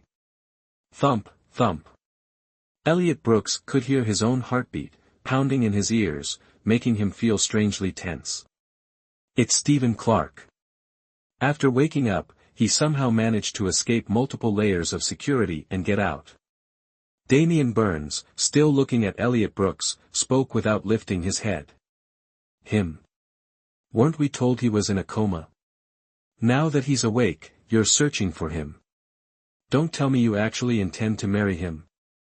Miles Gale didn't react to Damian Burns's teasing, calmly stating his terms. "If you can find him, I'll give you 2 9-turn heart-devouring pills, incredibly toxic, enough to keep you from needing poison for 2 or 3 years. Brother, you're truly rich and unafraid to spend. Deal." Damian Burns waved his hand before looking up at Miles Gale. "I'll give the orders. Make yourself at home." With that, Damian Burns, not expecting Miles Gale to see him out, pulled the dazed, slightly flushed Elliot Brooks to his feet and left. After leaving the courtyard, Damian Burns stopped abruptly. Elliot Brooks, still dazed, bumped into his back, his nose turning red from the impact. Damian Burns looked down at Elliot Brooks, a slight smile on his face, his voice gentle. "Ash Waters, were you born beautiful?" Elliot Brooks stared at Damian Burns, the blush still lingering on his face, seemingly nodding instinctively. Pfft! Damian Burns laughed aloud, his mood clearly brightened, and turned to pull Elliot Brooks along. Elliot Brooks, trailing behind Damian Burns, felt something was amiss but couldn't quite place it, his face creased in a puzzled frown. Everyone spent the day resting at the Divine Weapon Manor. Those who had attended the wedding, regardless of their motives, had all left that same day. That evening, the red silk decorations inside and outside the Divine Weapon Manor were taken down. Everything related to the wedding was removed, restoring the manor to its previous appearance. Damian Burns was preparing for bed in the main building when there was a knock at the door. "Come in." Damian Burns's hair was disheveled as he casually draped a robe over himself, sitting wearily on the edge of the bed. Although he hadn't been exhausted these past few days, his strength hadn't fully returned, only about 60% recovered, so if he could rest, he would. The outer door was pushed open. Just by the sound of the footsteps, Damian Burns knew it was Walter White entering. "Master." Walter White stood before the screen. Through the small gap, he could vaguely see Damian Burns reclining on the bed. "What is it?" Damian Burns's voice was languid, as if he might fall asleep the next second. "Right Protector. He killed himself." Walter White's tone was laced with an almost unspeakable regret. Damian Burns remained on the bed, silent and motionless, only asking, "How?" It seems the Right Protector anticipated this. He had a poison packet hidden in his tooth. As soon as he arrived at the sanctuary, he bit it. The poison was slow-acting, so the guards didn't notice. Walter White finished speaking and stood outside, awaiting Damian Burns's instructions. His expression was unchanged, but he genuinely regretted Timothy Fletcher's death. The room was incredibly quiet, so quiet that Walter White wondered if Damian Burns had fallen asleep. After a long while, Damian Burns sighed softly and said, "Buy him a good coffin, give him a proper burial." "Yes, master." Walter White received the order but didn't leave immediately. He stood there, unmoving. Is there something else? Damian Burns glanced towards the screen, as if he could see Walter White's face. Master, it's about the young master.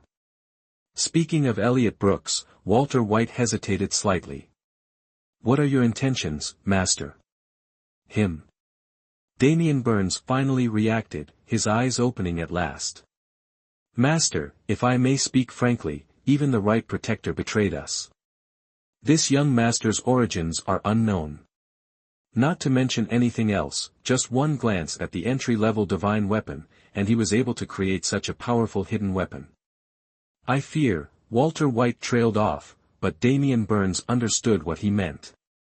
Even the right protector, so loyal to the divine weapon estate, could betray them for some reason, let alone someone with an unknown background. It was possible that this young master was intentionally sent by someone to infiltrate the divine weapon estate and steal something. Damian Burns pondered silently.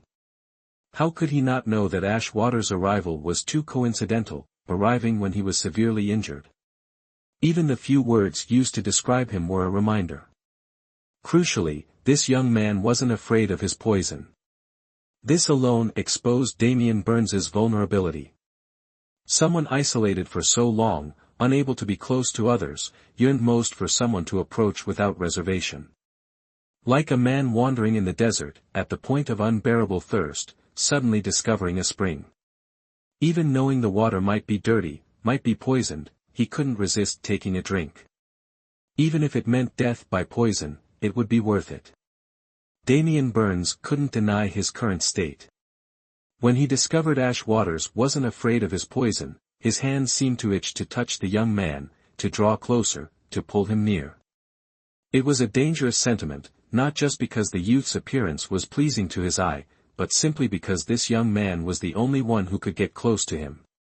Just controlling the urge to be near him was exhausting. But he couldn't deny, Walter White was right, he really should investigate Ashwater's background a bit. However, Damian Burns thought of the youth's harmless appearance, the corner of his mouth slightly twitching upwards.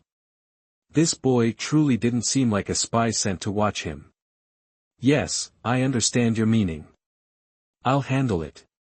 Receiving Damian Burns' reply, although he didn't specify what he planned to do, Walter White still turned and left. A few days later, Li Qingfeng also departed, because news of Stephen Clark finally arrived from the Divine Weapon Villa's branch. Miles Gale seemed to care a great deal about him, and upon receiving the news, immediately set off.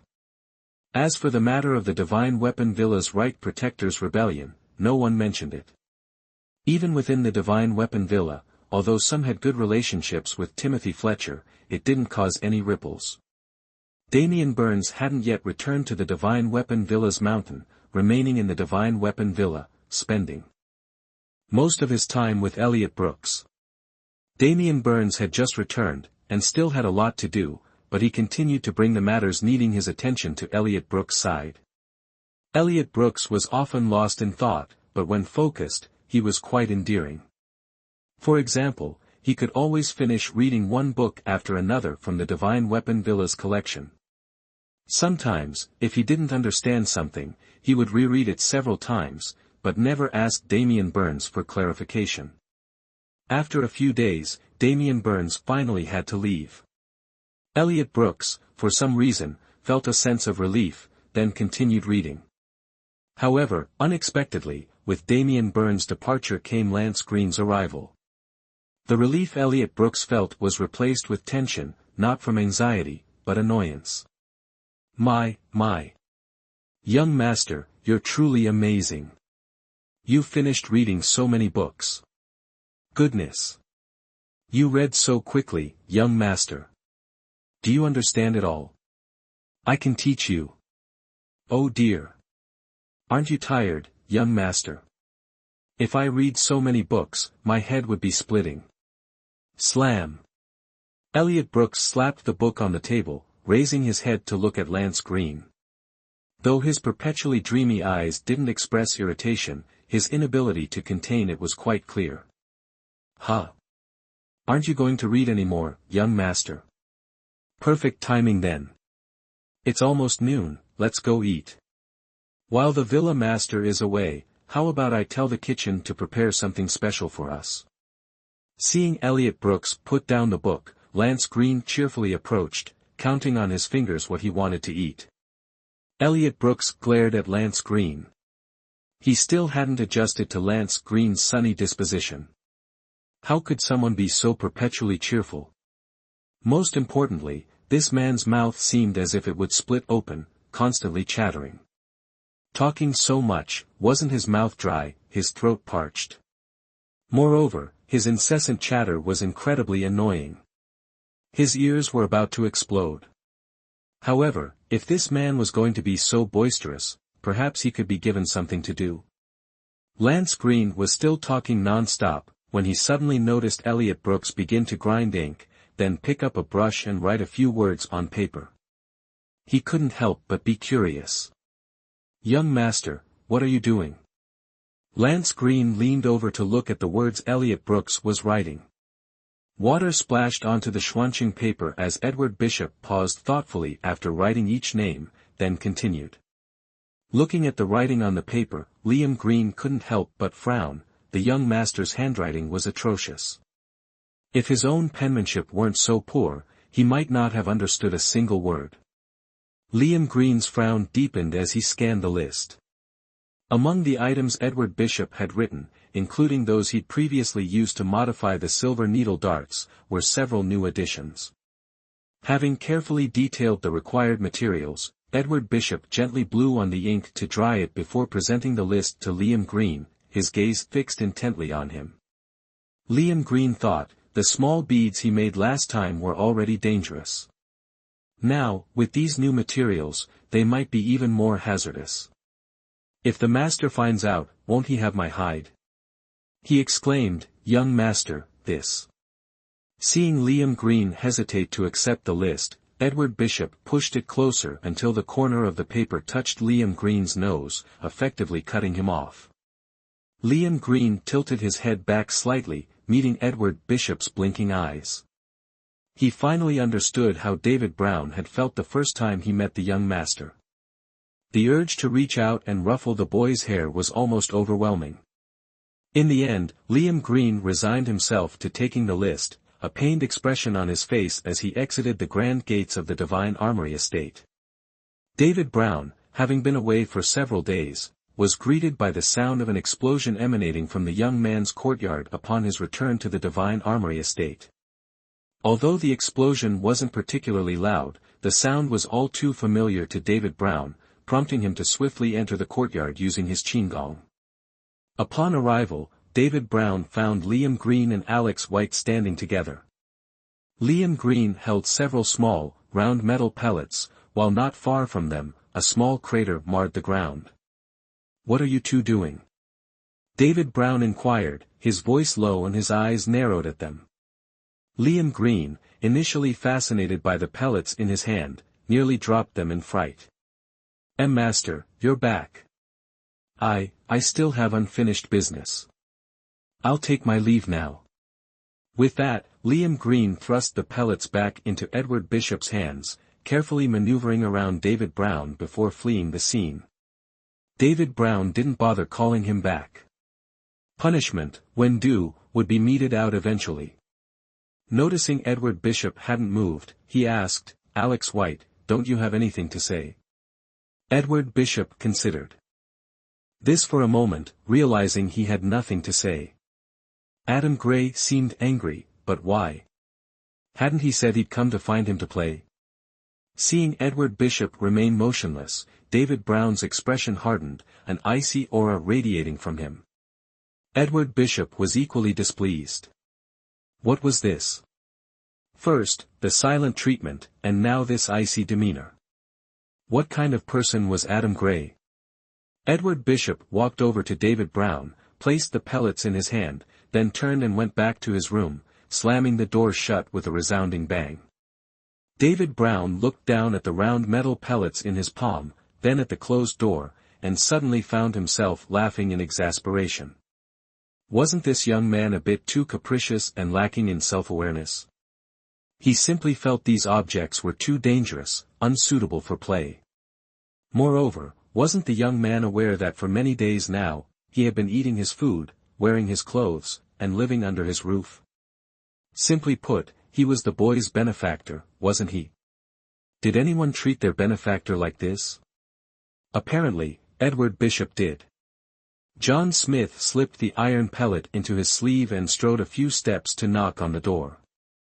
"Alex Waters, open up, I need to talk to you."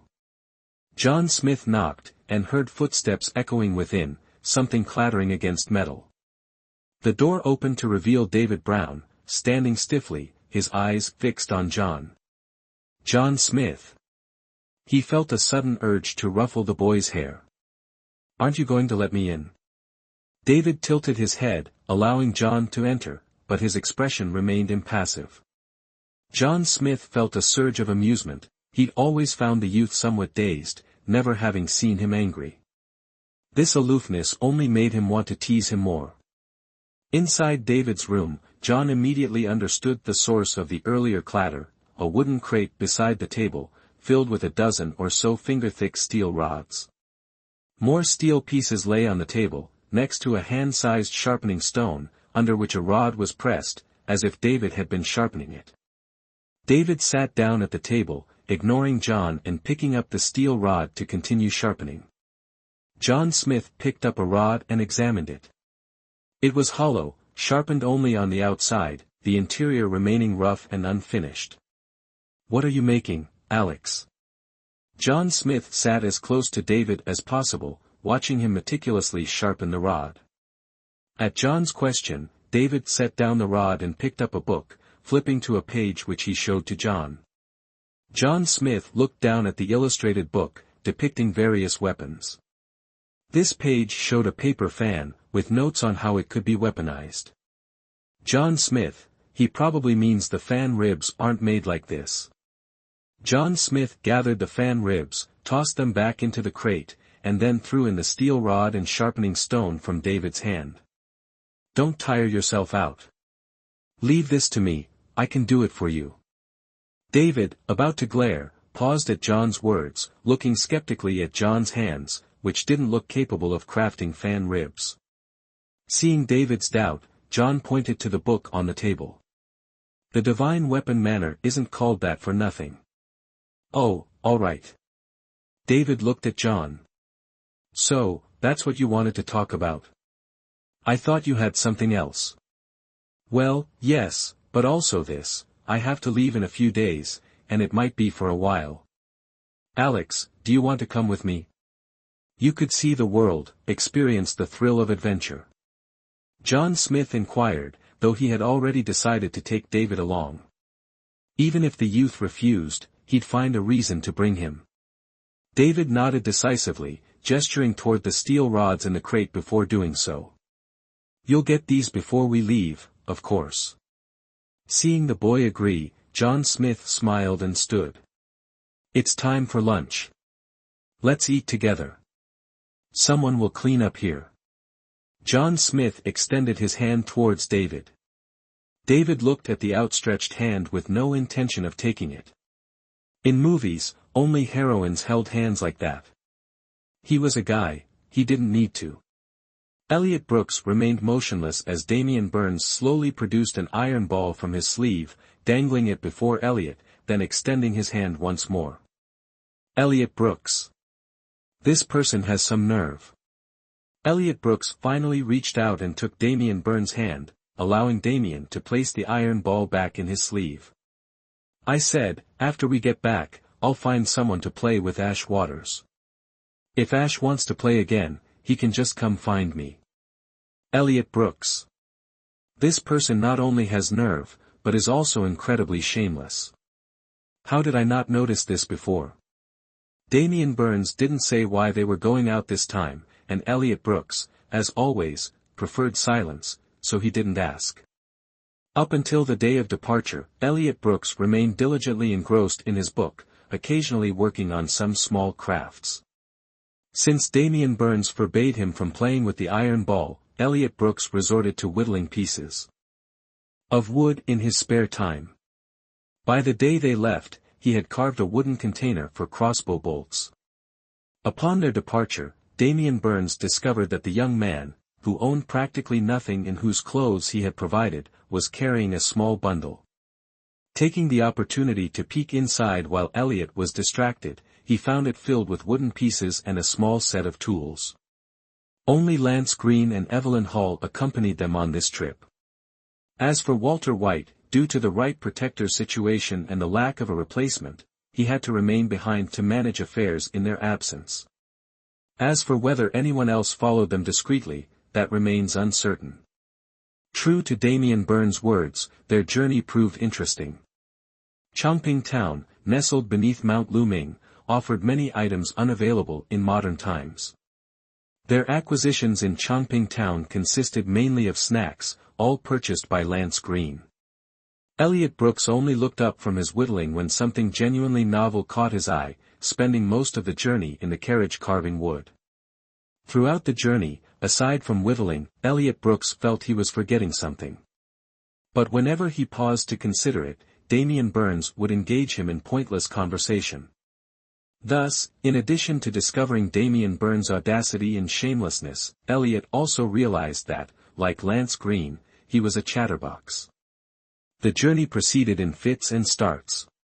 Even with his attention fixed on his wood carving, Elliot Brooks noticed Damien Burns' lack of urgency, though the reason remained unclear.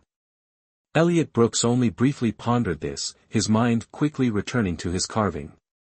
Nearly half a month into their journey, Elliot Brooks had finished carving and smoothing the wooden pieces, but assembling them presented a problem. The pieces needed adhesive, and he also lacked a strong, flexible cord. He knew that besides glue, there was a substance called fish glue, made from either fish air bladders or pigskin, renowned for its strong adhesive properties. The question was, where could he find such a thing? They were constantly on the move, who would carry adhesive with them? Another issue was the crossbow string. He had used bicycle brake cables in the past, but those were unlikely to be found here, and he wasn't willing to settle for just anything. David Burns sat across from Ethan Brooks, his body leaning against the window, his shirt unkempt, his hair slightly disheveled. Though his eyes were languidly half-closed, his gaze remained fixed on Ethan Brooks. The young man, his small face creased in a frown, seemed vexed by something.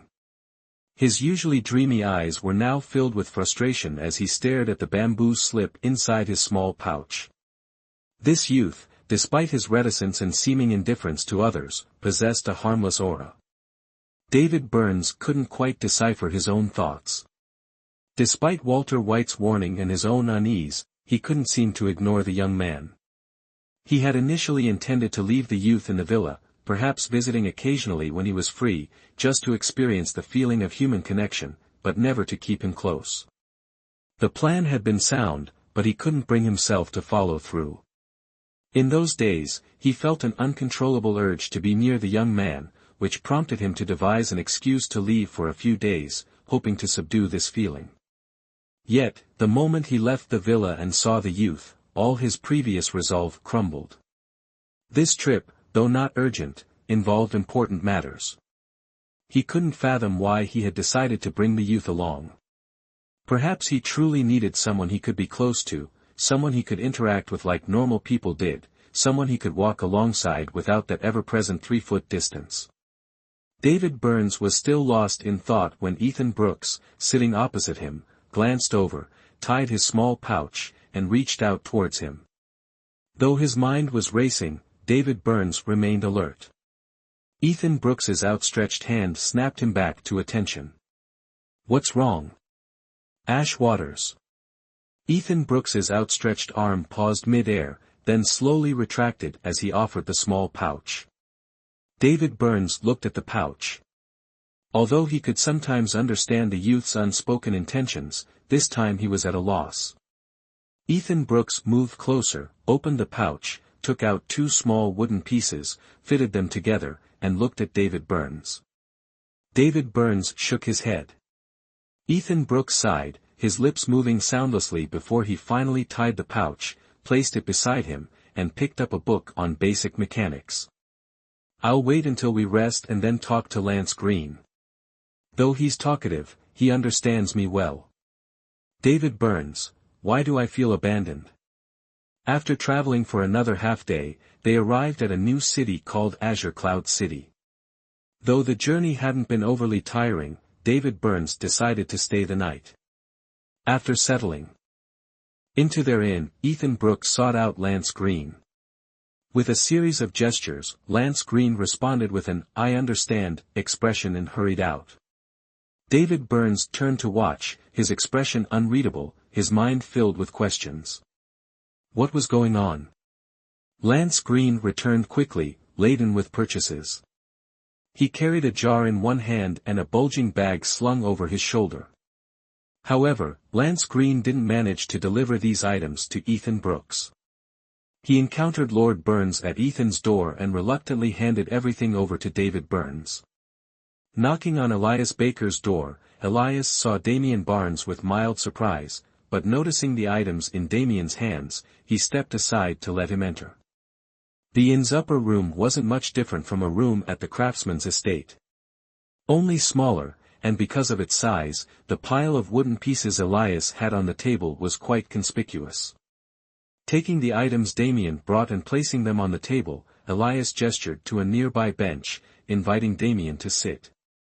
He himself pulled up a chair, then, ignoring Damien, began arranging the wooden pieces on the table, seemingly following a specific order. Damien looked at the small wooden fragments. Earlier in the carriage, because Elias had been working on them individually, he hadn't noticed anything, but now, seeing them together, he felt they resembled parts of some weapon. The wooden pieces were truly tiny, no matter what weapon they belonged to, they seemed ill-suited. Elias picked up a small container and opened it. Damien saw that it contained dissolved fish glue, along with a small brush. Was he intending to glue these wooden pieces together? Just as Damien thought, Elias carefully assembled the pieces, using the fish glue to adhere the bamboo fragments. Small components began to take shape in his hands. As these components gradually accumulated on the table, Damien finally recognized what they were for: parts of a crossbow. The craftsman's estate had also produced crossbows, massive ballistae with immense destructive power. These siege weapons were excellent offensive tools in wartime, but no ordinary person would need such a thing for individual use. But looking at the still unassembled crossbow components in Elias's hands, the size of this crossbow was incredibly small. Even when fully assembled, it would likely only be the size of a hand.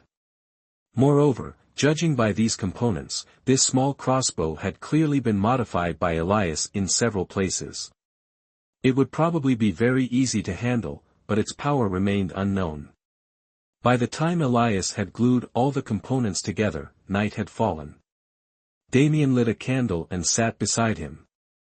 After the wooden pieces had been combined into small assemblies, Damien realized that there were quite a few components, not just enough for one crossbow. With 3 such quiver boxes, there must be 3 small crossbows.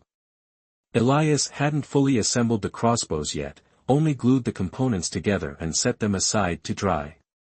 Then he opened a thick bag.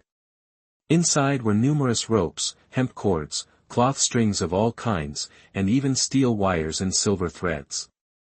In addition, there were several polished bolts, about the size of a thumb, clearly intended as crossbow ammunition. Elias felt each of these strings, pulling on each one and rubbing it against the red brick floor. But after examining them all, Elias still hadn't found a string suitable for the crossbow, and he couldn't help but feel a little disappointed. Does Elias need something for a crossbow string?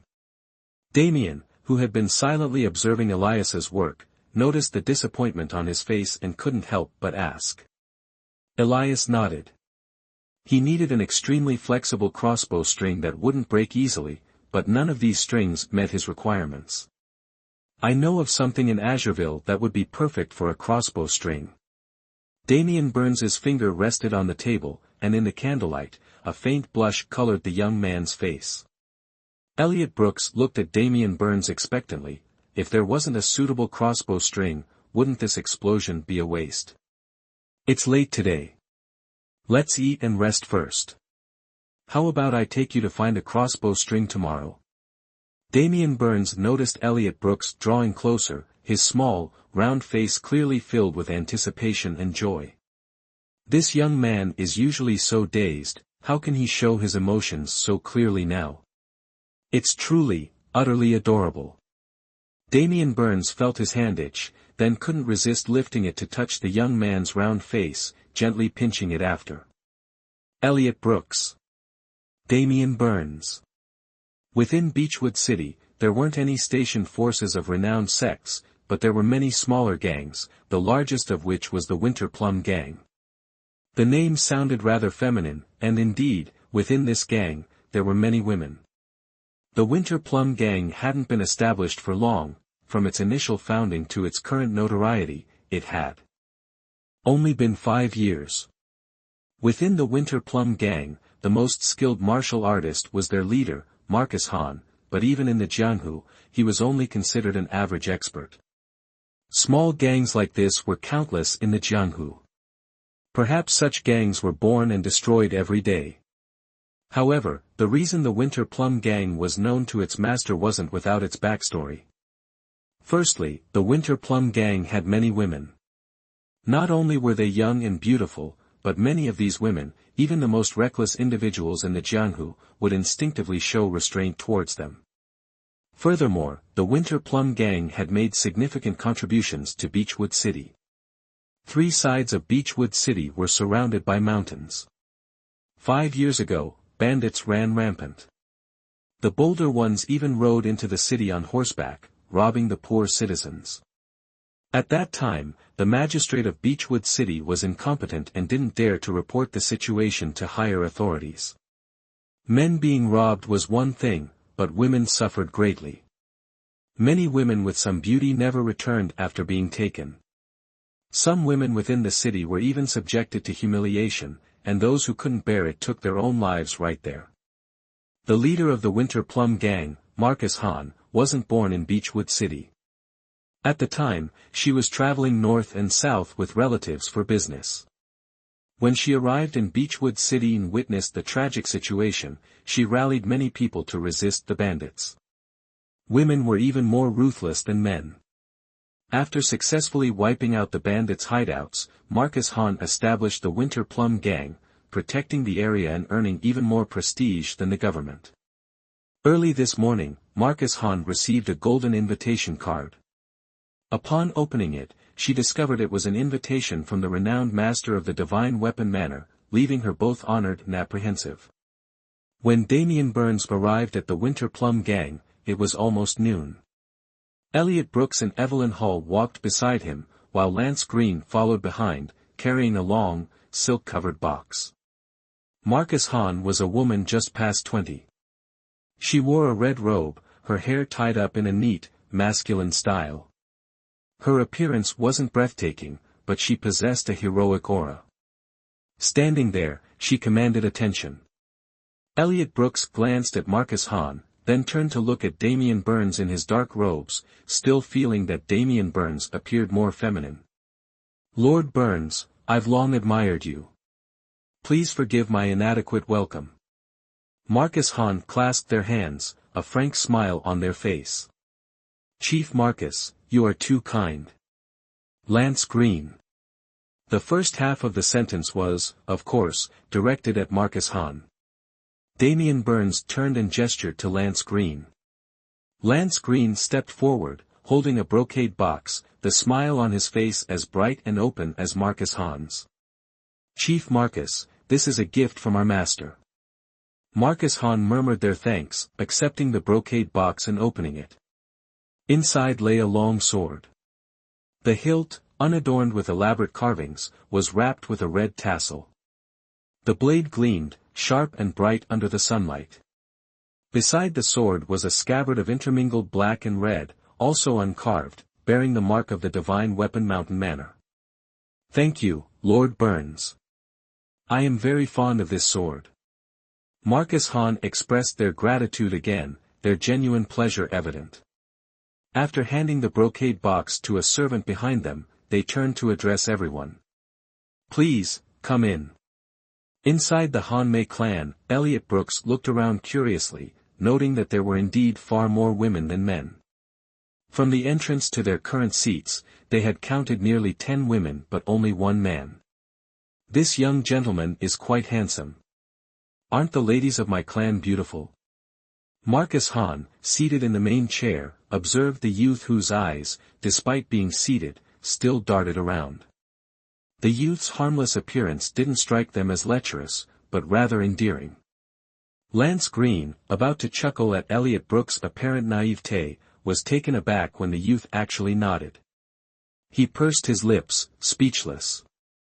Marcus Han, having only teased the youth out of amusement, didn't continue the jest, but shifted their gaze towards Damian Burns. Lord Burns, let's be frank. What brings you here? The Divine Weapon Mountain Manor was one of the most prominent sects in the martial world, while the Hanmei clan was but a small guild in Azure Cloud City. They doubted that Lord Burns had come to chat with a stranger like them out of sheer boredom. I require your clan's horned ox sinew. The other party was forthright, so Damian Burns didn't beat around the bush, adding, 1. Horned ox sinew, this term presents a bit of a puzzle. I believe it refers to a treated sinew from the forehead of an ox.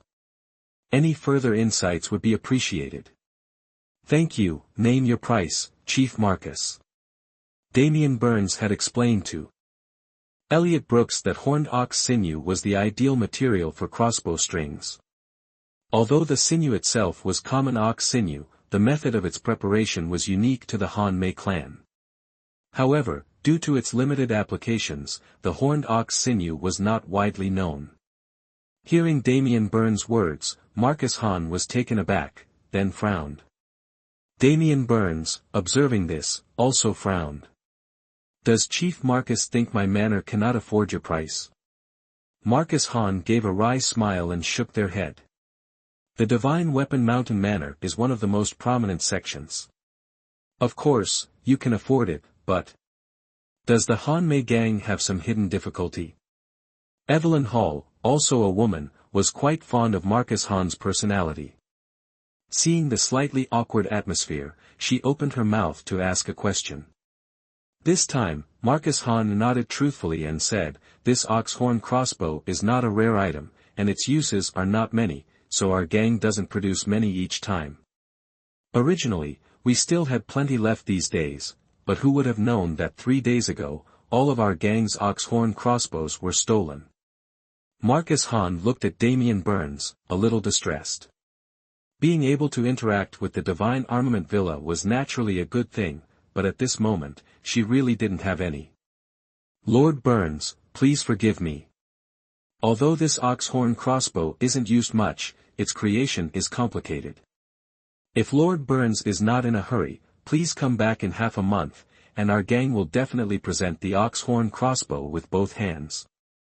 Damian Burns didn't say anything, his fingers tapped lightly on the table a few times, then he looked at Elliot Brooks. What do you think, Ash? Elliot Brooks listened to the whole story, although he really wanted the crossbow, but now that the other party didn't have it, he couldn't do anything about it, so he could only shake his head. Chief Marcus, I have an unreasonable request. At this moment, Lance Green spoke. Marcus Han gestured with her hand, please speak, young master. I want to see the place where your gang stores the ox-horn crossbows, I wonder if that's possible. Lance Green's face was serious, his hand secretly nudging Elliot Brooks back. See how clever he is, maybe the Hanmei gang doesn't want to give it, just finding an excuse. Even if it was really stolen, maybe they could still find one or two that slipped through the net. After Lance Green finished speaking, Marcus Han's expression became even more unpleasant. Of course, Lance Green's request made things very difficult for her. However, she didn't know what she was thinking, but Marcus Han still nodded. The Hanmei gang wasn't large, so everyone didn't walk far before arriving at the place where the ox-horn crossbows were stored. It was a small, 2-story building. In the Hanmei gang, where women were everywhere, the guards of the small building were men, making everyone feel that the men of the Hanmei gang were probably only used for this kind of work. There was a large iron lock on the door of the small building. Marcus Hahn took the key to open it, extended her hand towards them, and led the way. Everyone followed her inside. The outside of the small building already seemed small, and the space inside was even smaller. The first floor seemed to be filled with ordinary things, the most valuable of which were probably some paintings and calligraphy. The place where the ox-horn crossbows are stored is upstairs. Please. Marcus Hahn led everyone to the second floor. The items on the second floor were naturally much more valuable than those on the first floor, including paintings, calligraphy, and precious swords. The most valuable was probably a half-person high coral and ruby mountain, which looked very beautiful. In the middle of the room, there was an open chest, empty inside. The second floor was different from the first floor. Except for the stairs leading up, there were only 2 windows on the second floor, both in front. Lance Green even deliberately went over to take a look and found that if anyone appeared at the window, they would definitely be seen by the guards downstairs. Marcus Hahn walked to the chest and pointed at it. This is where the ox-horn crossbows were kept. All 150 of them were stored here. Marcus Hahn's face was unsightly. After pondering for a while, she said, "At the time, we didn't find any signs of forced entry, and the windows were also closed. I suspect it was someone from our own gang." Damian Burns declined to comment, though he had come to retrieve the ox-horn mace. He wasn't planning on getting involved in another gang's affairs. But before he could respond, someone else spoke up. "Whether it was done by someone from our gang, I don't know, but the fact that this window of yours wasn't broken is wrong." Lance Green bent down and picked up a wooden rod broken in 2 from the window, turning to look at Marcus Hahn. As he looked, he realized, the atmosphere seemed a bit off. Damian Burns was naturally displeased. He decided not to meddle. When Lance Green had suggested coming to take a look, he'd glared at him, but Lance Green, being a bit dense, hadn't noticed. At this point, Marcus Hahn certainly wanted the Divine Weapon Manor's help. Looking at this warehouse, there didn't seem to be anything of value. He had just gifted a sword, which he naturally couldn't ask back. It seemed he was at a loss. Marcus Hahn, like Damian Burns, wanted the Divine Weapon Manor's help.